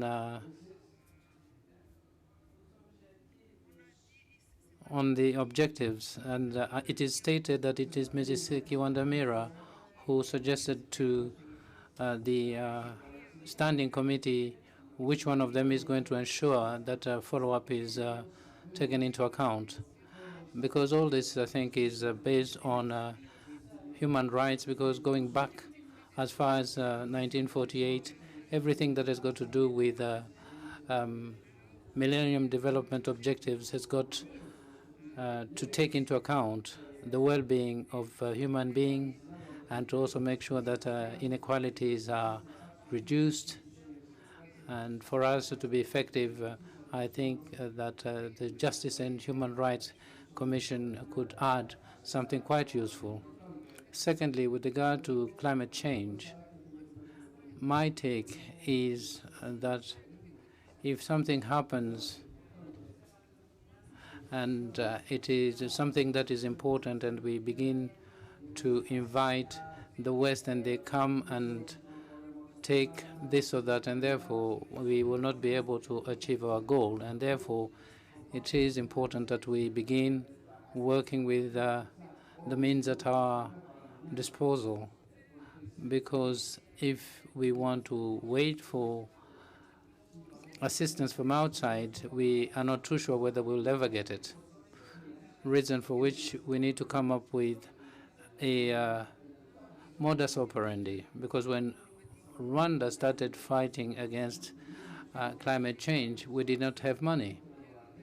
So what we need to come up with is to promulgate laws to make sure that programs that we have in place are all-encompassing, starting with schools. Because otherwise, I think we can't do much. Because if we say that we can't do anything, and yet we've got a lot of things that we can do, we can begin by promulgating laws, as I said, to try and move the agenda of the continent. Thank you. Let me give the floor to Honorable Hashim Hamra.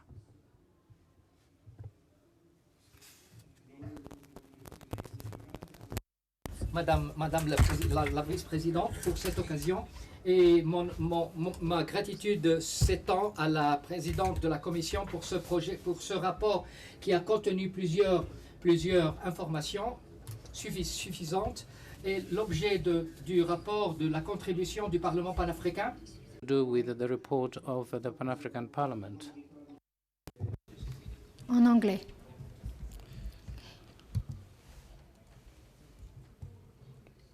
Ça va? OK. En anglais, en anglais.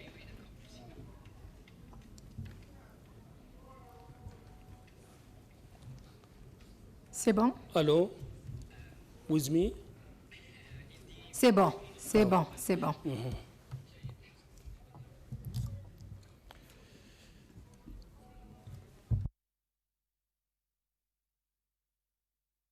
Oui, oui, vous pouvez continuer. OK.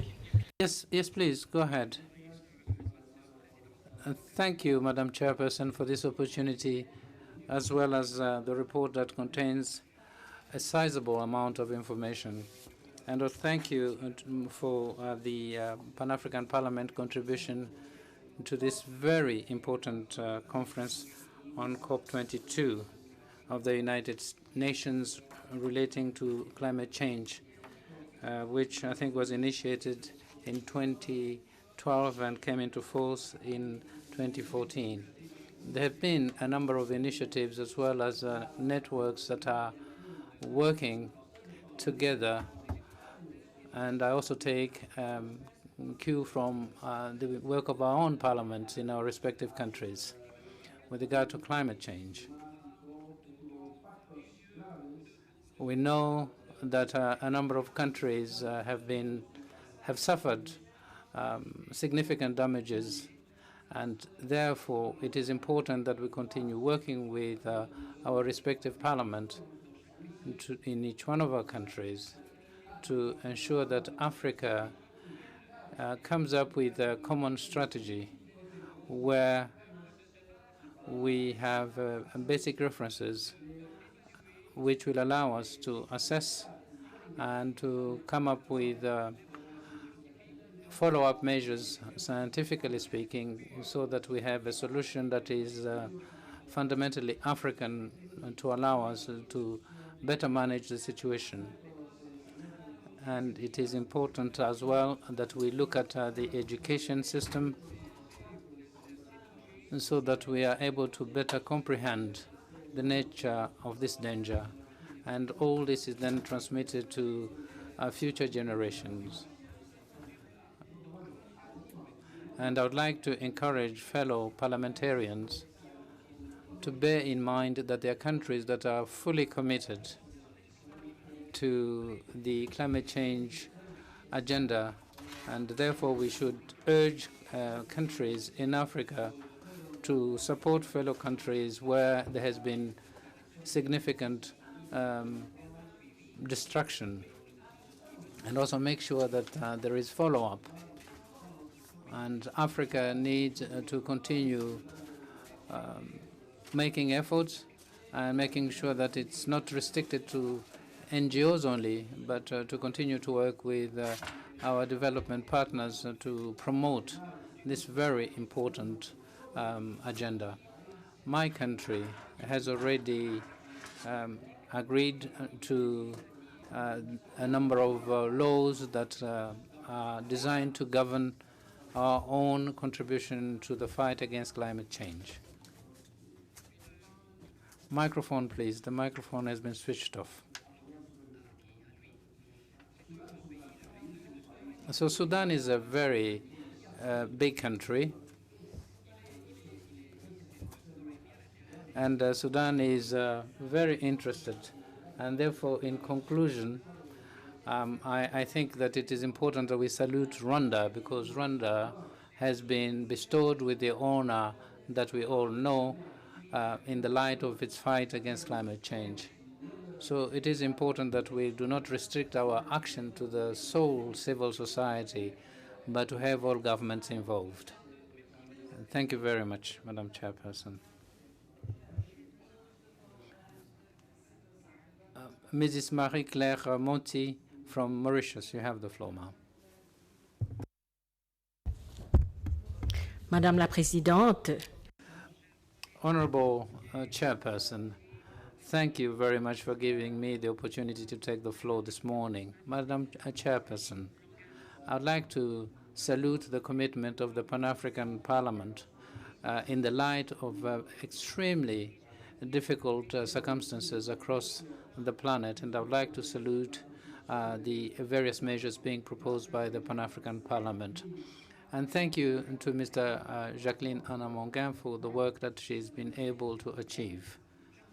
Madam Chairperson, I note the desire, the commitment, and the planning that is there for all to see. But where is the difference when we look at the climate change issues that we have to face in our respective countries? I think we need to bear in mind that this has got a regional dimension that we ought to take into account. And also, Madam Vice Chairperson, I think it is important that we bear in mind the fact that irrespective of the objectives, what is important is our commitment, political commitment designed to educate our people to begin to change their ways and to make them responsible vis-a-vis their duties to the environment, to protect their local and regional environments. I think that commitment needs to be both individual and regional. Once that happens, then things are going to begin to change. And that is for sure. I think these respective committees, in my mind, need to make sure that the parliamentary capacity of our representative be strengthened, and they be a follow-up with regard to the various works being carried out by the commissions. It is also important, Madam Chairperson, that we continue to share the work of all the commissions, that each one of our MPs is able to feel that there is a law that governs Africa, and we are a sole and single Africa, and we are all working towards one shared goal. Mr. Stephen Esley from Tanzania has got the floor.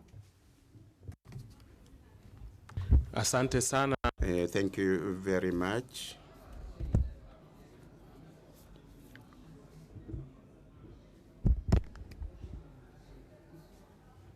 And then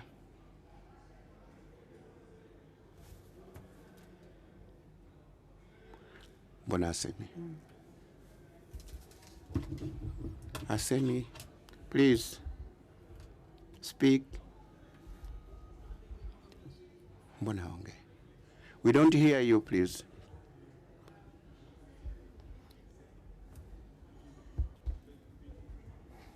Speak, please. Ongea, lakini sikusikii. Sema. Sikusikii. Why? Okay, yes, where is Aston Arif? No, Parliament. Sorry, Mr. Speaker, we have a problem with the interpretation. Urudie, anza tena. Samani.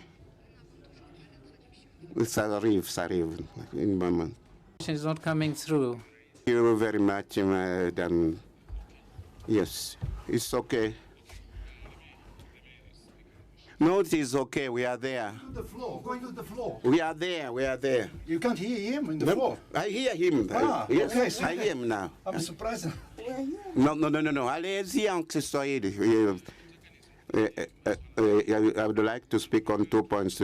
In Africa, we are lucky of having lakes, enough lakes, and we have also big rivers. We have Limpopo, which does Botswana, Zimbabwe, and South Africa. We have the Congo River. We have the Nile from Uganda, Sudan, up to Egypt.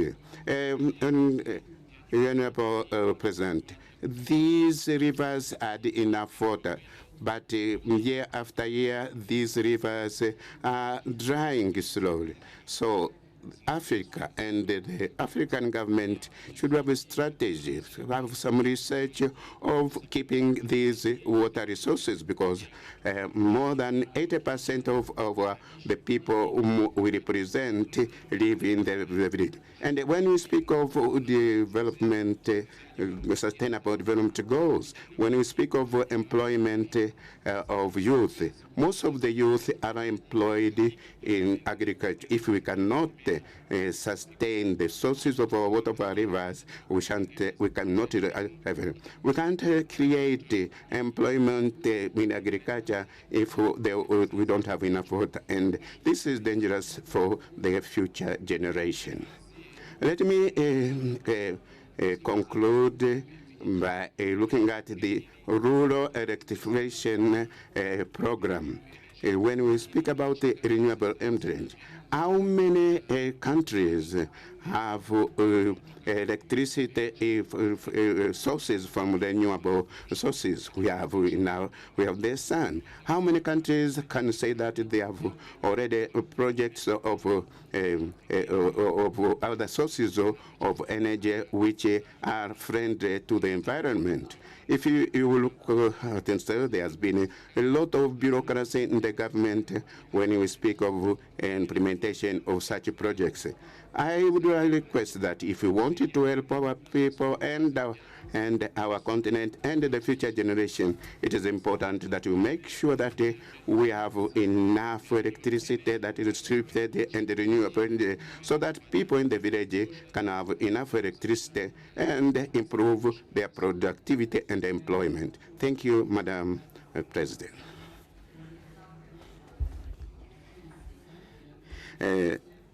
Nisiretse Martin has got the floor. Thank you, Madam Chairperson. Right Honorable Vice Chair, I've wondered oftentimes why we have these Millennium Development Objectives and the COP meetings. I think that is because Africans probably don't take it seriously, because save for 3 countries or so, not many have got any programs to fight against climate change, including gases that have got problems relating to the ozone layer. And I think we need to make sure that we implement the Millennium Development Objectives, because even those are not being implemented properly across Africa. And therefore it will be proper that we begin to think about the future that our future generations are going to have. And today Africa suffers and has continued to suffer from problems relating to its relationship with the West, because more than 60% of primary products come from the African continent. And therefore, natural resources are mined in Africa without any value added that could benefit the people of Africa, whether it be minerals or whether it be wood or any other natural resources. We know that it is important that Africa continues to work together and continues then to make progress, because without that we may put in danger the future of our children, because We hear every day that there are a lot of migrants who are trying to reach Europe, and some of them lose their lives. And this is probably due to a drought, and some are due to floods, poverty, unemployment, and yet we know that Africa is endowed with a lot of wealth, whether it be raw materials or any other natural resources, and therefore we don't produce any carbon. So therefore African countries, I think, need to be paid, and I want to insist that they be paid for actually sustaining the environment. Thank you. Arawi Mangi from Tunisia, you have the floor.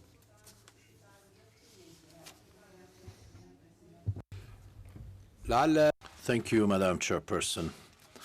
I would like to share the opinion according to which the SDGs, or the MDGs rather, have not been evaluated up to now. We do not know about their results as concerns the objectives that have been set. And I would like to give you a figure that is at the end, that is at the late years of the MDGs, which extends from 2000 to 2015, 800. There have been 800 million poor people in the world. And maybe these are the results of the MDGs, and up to now we haven't seen any international institutions that have been carried out any assessment of these results as concerns the SDGs. Now we know that they extend over the next 15 years, that is from 2016 to 2030.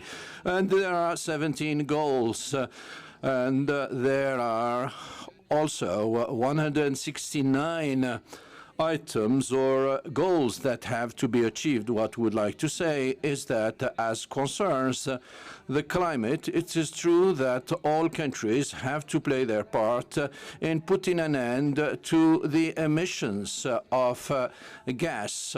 But we think that the share of Africa in these emissions is very low. So it is necessary for industrial countries which do contribute greatly to these gas emissions which pollute the atmosphere must have the largest share in playing this role, knowing that, honorable members, that as concerns this program extends over 10 years, and this program, which extends over 10 years, that is in order to end gas emissions, is at the end of the day funded by loans which should be given to countries.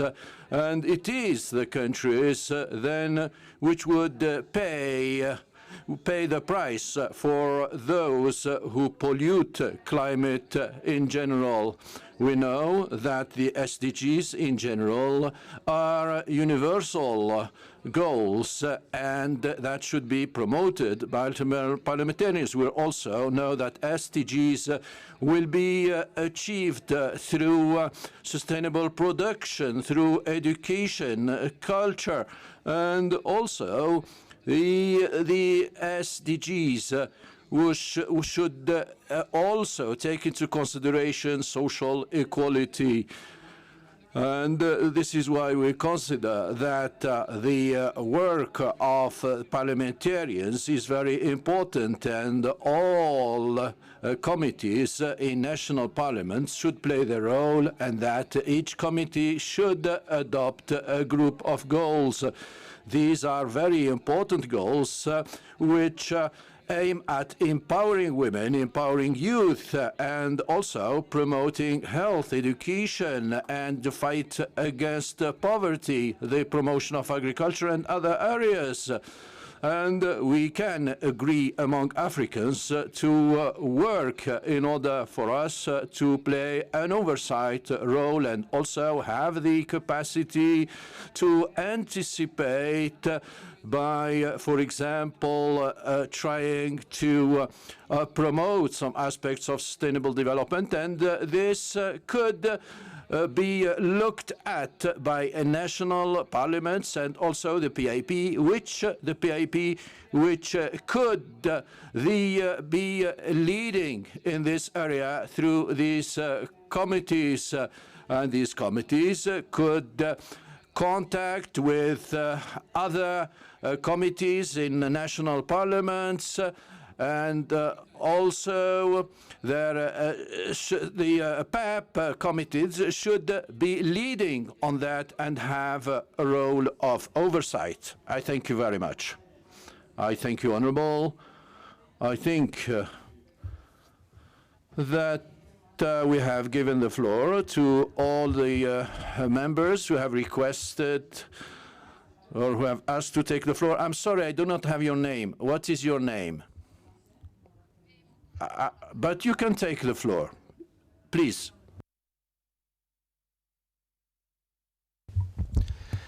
Bismillah ar-Rahman ar-Rahim.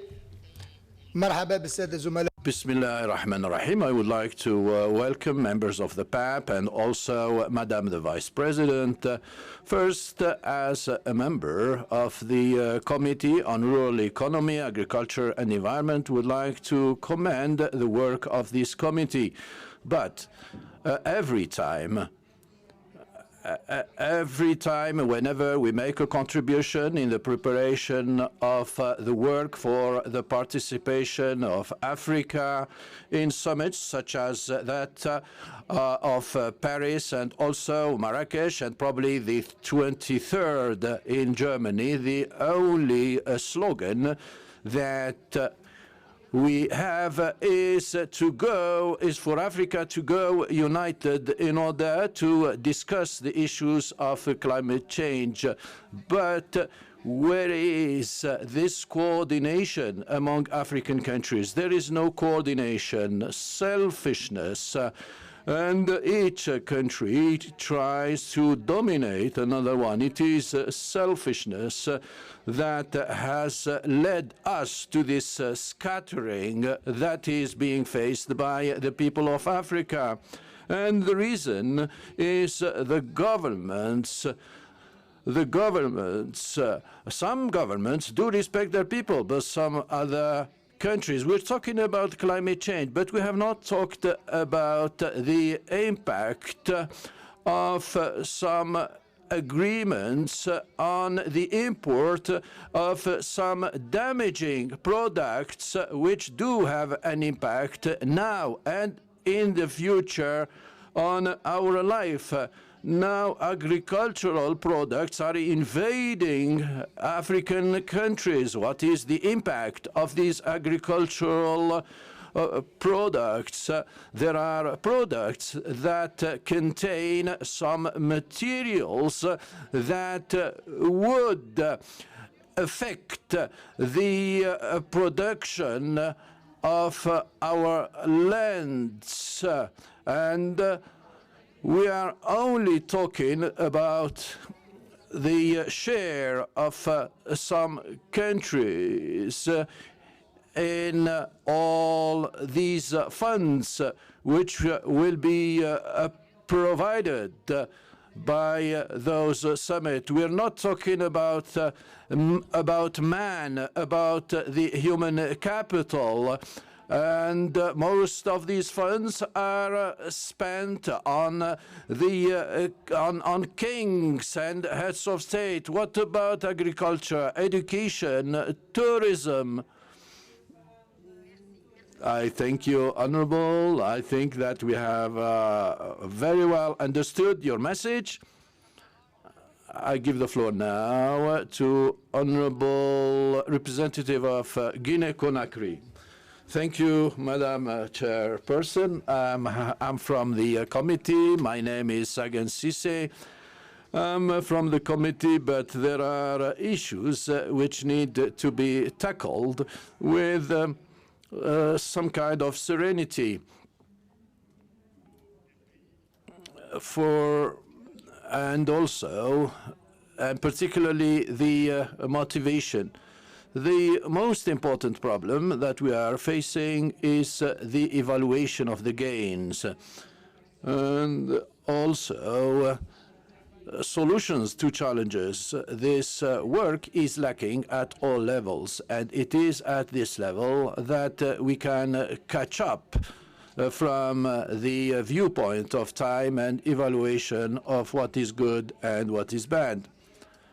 This is my first point. The second point is the classification of countries. We talk much about challenges, but what are the countries that observe and others which do not observe? This clarification is needed in order for general awareness to be effective. This is my second proposal. The third proposal is the participation of the members of the Committee on Rural Economy and Agriculture Environment to COP23. In COP22, I must tell you very frankly that this committee was not very well represented, and countries did not make efforts in order for members of the committee to take a full part. We are representatives of Africa, and it's also a problem of motivation. The individual goodwill is not enough. And we say that good examples are contagious, are contaminating, as we've seen that in Morocco. This should be encouraging us. I would like to invite the Bureau of the Pan-African Parliament to assume its responsibilities in order to involve the maximum number of the Committee on Agriculture in the next COP. This is very important because when we carry out the evaluation, there were no more than 5 members of the Bureau out of 40. The 2/3 that are remaining, suppose that third is participating. For the 2/3, we must motivate countries to bear their expenses, because this motivation of the Bureau of Parliament and because there has not been much participation from countries. I thank you. Thank you, Honourable. I think I do apologize, and the list is getting too long. I will take 2 other speakers who have requested the floor, and then we will end this discussion. I give the floor to Honourable who is requesting the floor. Honourable Ekile Daman from the Democratic Republic of Congo. Madam Chairperson, I would like to start by thanking all those who have invested their time in order to produce this report. And I would like to express a view, an intellectual viewpoint, an independent viewpoint on this issue. To speak about sustainable development for Africa, the first suggestion is to adopt a theory which I would call the positive deviationism. That is, the positive deviationism. This means that we should overcome, paste, and copy. We cannot imitate Western countries if we would like really to achieve sustainable development. Why? Because they use the theory, a different theory, like, for example, inventing Mercedes car. They say that the Mercedes is quite interesting. They would say, just assemble the car. When we start assembling the Mercedes car, then they would get to Mercedes 2, and then when we've assembled Mercedes 2, they would move to Mercedes 3. So we can never catch up with them. We must adopt the theory of political positive diffusionism and the strategy which is used by the BRICS countries. That is, in 40 years, we should then achieve an important leap forward in order to attain and even compete with these Western countries. Another suggestion, if we would like really to make progress, well, let's focus our efforts and set up strategies that are followed by China, Brazil, India, so that we can achieve progress as they did by putting aside. I conclude. Microphone, please. Microphone. Microphone. I thank you, Honorable. I give the floor now to the Honorable gentleman from Tunisia or Egypt. I thank you, Madam Chairperson. In fact, we must, first of all, greet and commend the Committee on Agriculture for their efforts. But through the observations that have been made by my colleagues, I think that a real mechanism is missing for Africa to negotiate with our former colonizers. So we would call for consultations between our Parliament and the African Union Commission in order to set up a mechanism for the negotiation, not only on climate change, but also ask for compensations on the damage that has affected Africa, and also set up a follow-up mechanism, just like the mechanism that has been set up for democracy. So we would like to have a similar follow-up and assessment mechanism for climate change. And I think that these are instruments which would allow us to set up a comprehensive strategy to negotiate on an equal foot where those who have been the cause or those who have been damaging the climate. I think that we have come to the end of our discussion, and several honorable members have asked questions, other made comments. I would like to thank all the honorable members who have participated to this discussion. I would like now to invite Honorable Jacqueline Amangi to take the floor in order to provide some elements of reply. Thank you. You have the floor, madam.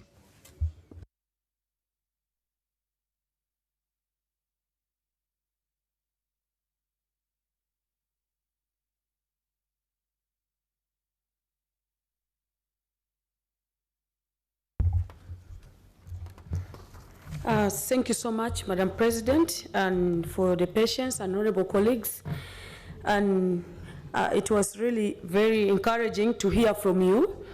I know that most of you could have participated in the two meetings, especially the one on SDGs, and the other one on the COP.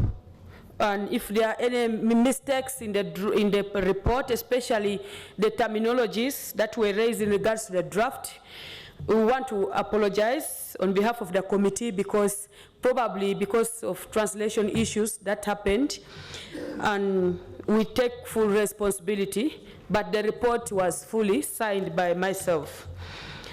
Honorable colleagues, you raised key pertinent issues that we don't take for granted, especially the involvement of civil society organizations and other the private sector in ensuring that we address issues of climate change. That is very key, because as we deforestate, most especially we do it for a business attainment. So that is very key. I took note. However, on the SDGs, it should be detailed. I remember an honorable colleague raising that what are the Sustainable Development Goals. Honorable members, I know that we are members of parliament and there are frameworks that guide our modus operandi in our countries. We have documents, and by the time your country comes to affirm with other member states, it's already a commitment from your country that what is affirmed in a document is what they must be in their policy statements, in their day-to-day running, in their prioritization. They should be inclusive. But I want to challenge our colleagues and my friends like Honorable Muntaka from Ghana, who said that all these statements, all these goals are set for us. But I want us to be positive that most of the goals, for example, when you look at the SDGs on health, if they are saying that countries should struggle to ensure that there is at least affordable health service in a country, I don't think that is set from America. I don't think that is set from Russia. We have to try to be objective in our deliberations. If we are saying that, okay, we have 17 sustainable development goals, let us look at those that are applicable to our content. As a country, as a Uganda, as Rwanda, as Zambia, as Niger, let us look at these SDGs and pack them and see what is very applicable for our day-to-day running. Because to me, having analyzed all these SDGs, I know that they are applicable for our own consumption at home and improving our modus operandi as member states. So I don't want us to downplay these SDGs, because we believe that everything is set from outside. When we participated, our member states participated, our lead negotiators in the different member states participated, our member states signed. So how can you sign something you do not understand? Now it's the challenge of the member countries to actually see what they signed. Is it applicable at home? Is it domesticatable? If it is not, then leave that. Go with that what is applicable. If the SDGs is saying that let's have poverty, then every member state should take an opportunity, should take a role, should look for aggressive measures to ensure that they put into place measures to address poverty in member states. And I think that's not set from America or Europe. That should be from Uganda, from Kenya, or from the continent of Africa. So let us not downplay our role, and let us not run away from what we are mandated to do as legislators of the continent in terms of setting priorities, oversight, appropriation, allocation of our resources, and tasking our executive in our member states as legislators. Because we have a great role as members of parliament to monitor the implementation and domestication of all these international treaties and protocols that our member states commit to at the different international forums, including the African Union protocols. We have the CAADP declaration. And I want to imagine that the SDGs are in line with the Agenda 2063 of the African Union mandate. And if we are members of the Pan-African Parliament, one of the organs of the African Union, and we are talking about SDGs, and we have an Agenda 2023 that was adopted by our own leaders, heads of states, then we should be very positive and aggressive in ensuring that the SDG is our target. If we are addressing the SDG, it means we shall be addressing the issues of the local people, the issues of health, the issues of poverty, the issues of famine, the issues of agricultural technologies in our member states. That's why in the SDGs, I want to applaud the members who supported that we need to go aggressive in as far as having a working group on SDGs. Yes, I know that there could have been mistakes, because I know most of you participated in the workshop. It wasn't only the Committee of Agriculture, but there could have been an omission on the role of the Committee of Human Rights, which I think that when we adopt this resolution today, okay, which I think that when we adopt this resolution today, it means that this working group will sit again and pack the SDGs, the 17, look at the relevant committees of this Pan-African Parliament and see who is applicable where. I that's the way we can proceed. So it's not really a selfish angle. It is on a positive note to ensure that normally when we come to the Pan-African Parliament, we try to address issues of the rural people down there, the people that we represent. That would be very critical for us. Honorable colleagues, I'm not going to say much in regards to the countries that have ratified so far. So far, the ones I know and the ones I have here, all our countries signed the Paris Agreement. Among those that have signed, 8 have ratified. And I want to explore you to read further and understand the stages where now your member state has reached in terms of, by the time you sign, you should be committed. You know that we have been fighting hard because our heads of states signed that a Pan-African Parliament adopts a legislative powers.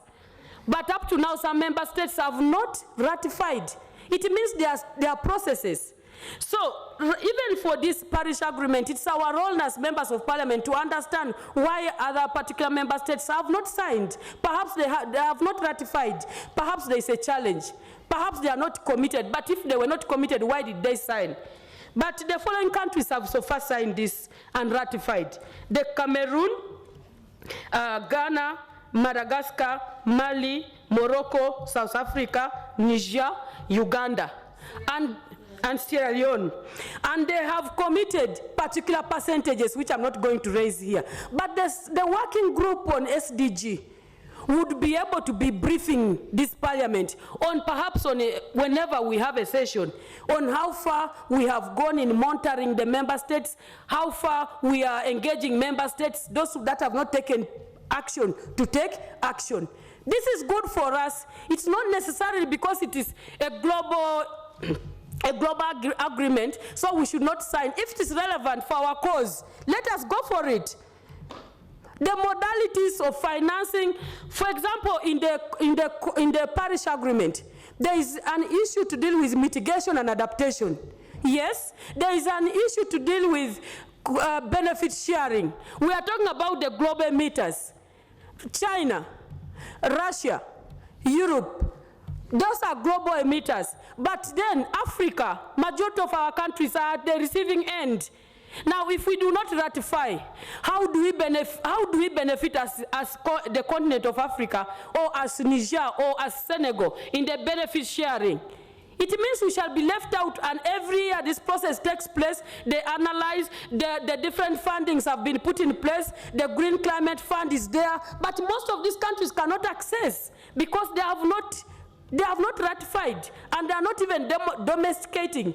So this Sustainable Development Goals Subcommittee is actually supposed to follow up the domestication of most of these instruments in our member states so that we can be seen to be a bit relevant as a continent of Africa and as legislators.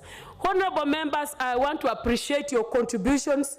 They were very wonderful, and we look forward to moving this continent forward. Salutations, merci beaucoup, asante sana, for God and my country.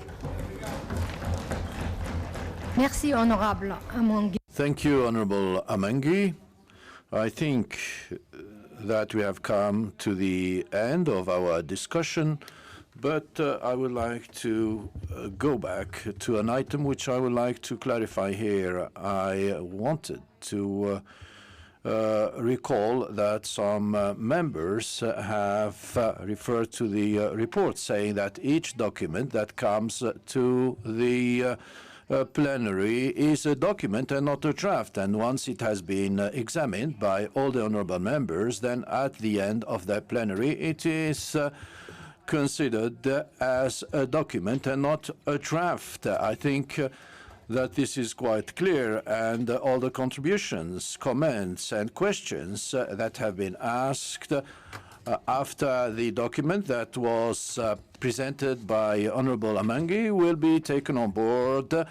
I thank you, and now ask you whether there are any remarks or observations. Otherwise, I submit for adoption this document.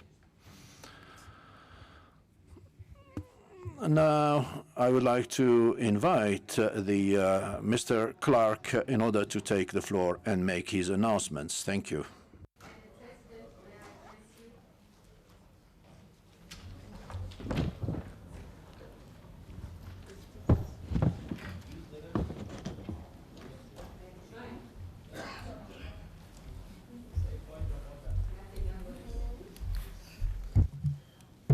Qu'est-ce qui se passe avec le micro? That's okay. Microphone, please.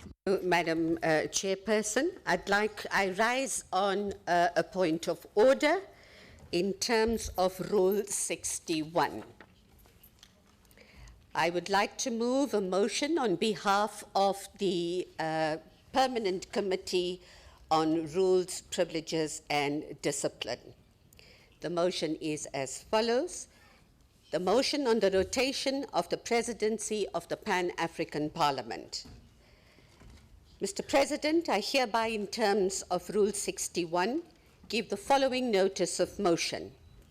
That this House notes that while the principle of rotation for the position of President of the Pan-African Parliament is not written in the basic documents of the Pan-African Parliament, cognizant of the fact that express mention is made of this principle in the amended draft PAP protocol document agreed to by the 23rd Ordinary Session of the Assembly of Heads of State and Government in Malabo, Equatorial Guinea on the 27th of June 2014. However, the current pace of ratification is very slow, agrees that this express mention of this principle in the draft amended protocol by the Assembly is to formalize and write in the practice that has been followed by all organs of the African Union in order to guard against its disregard for ulterior motives and to suit some individual agendas. Acknowledges that not everything can be written into the rules for fear of overprescription, noting that the convention of rotation of the position of the President of the PAP has been the practice since the inception of PAP. Procedure.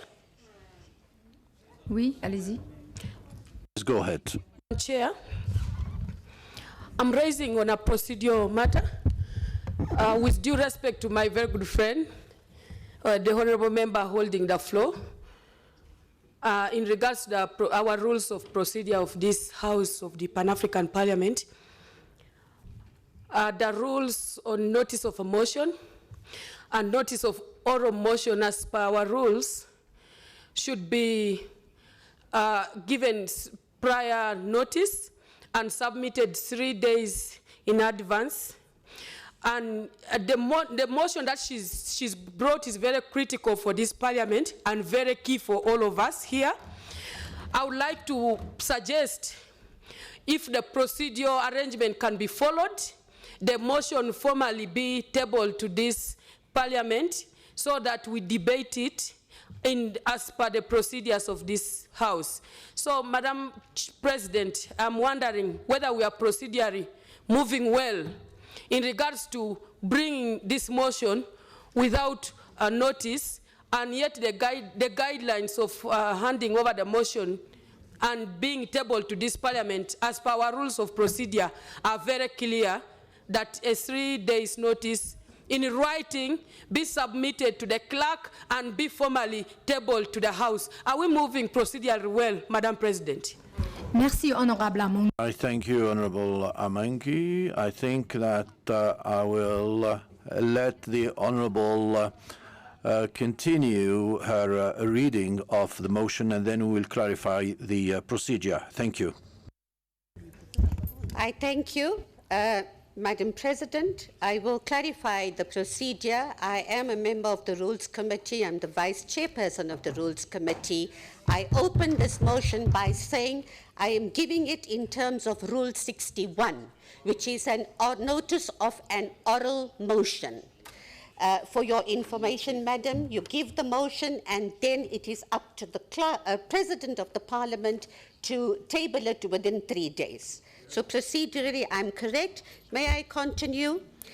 Noting that the Convention of Rotation for the position of the President of the Pan-African Parliament has been the practice since the inception of the Pan-African Parliament, confirming that it is an accepted practice that nominated candidates are unanimously supported by the regional caucus to which they come from in terms of Rule 15.1 of the Rules of Procedure of PAP, further noting that custom and practice over time have the persuasion of law, recognizes that the African Union honors the practice of rotation in leadership of its organs, therefore resolves that this House debates the principle of rotation and include it formally in the current rules of procedure of PAP before the vacancy of the presidency of the Bureau of PAP is declared.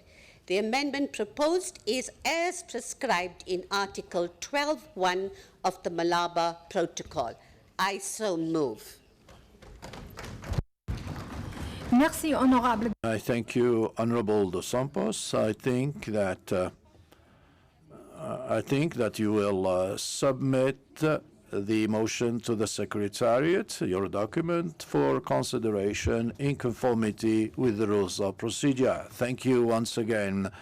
As I said, we've come to the end of our discussion. We've adopted the document and give the floor to the Mr. Clark for his announcements. Thank you. President.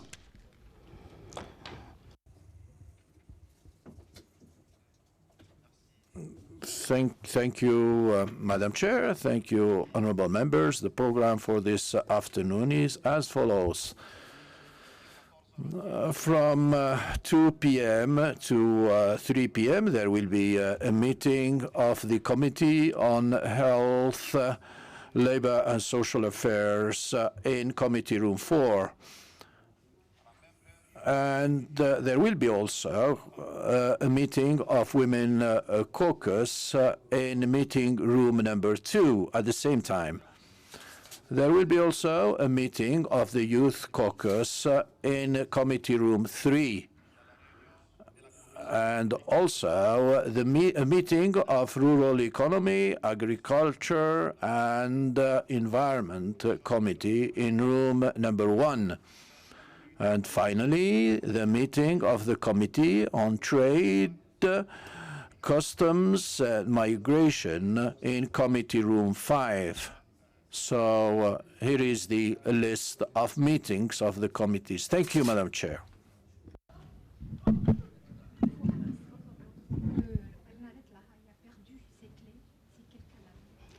Oui, je tiens par ailleurs à annoncer que... I'd like to also to inform you that Honorable Dr. Bernadette Lai, the first Vice President, has lost her keys, and I would like to kindly request any members of the staff of Parliament who has found those keys to give them, to hand them out to her. Several keys. Thank you. I thank you. I thank you, Mr. Clark. So we would be very delighted if somebody who finds those keys to give them back to Madame Lahai. As agreed, honorable members, we have come to the end of this session of the morning, so we adjourn up to tomorrow at 9 a.m. Thank you very much.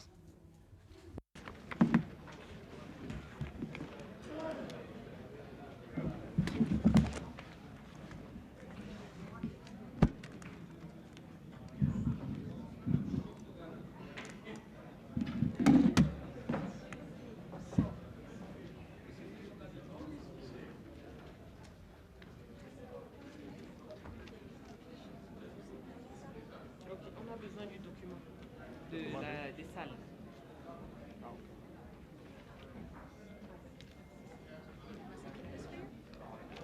Yes, photocopy. My book is funded.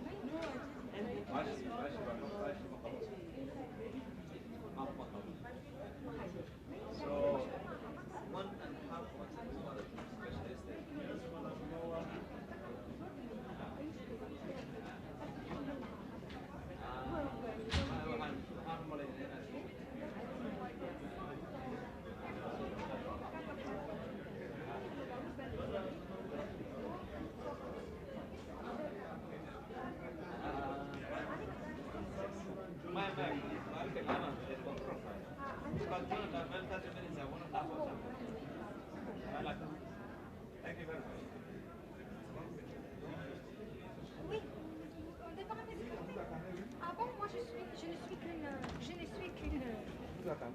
Mais je ne suis que le remplaçant. Le protocole est tout ça.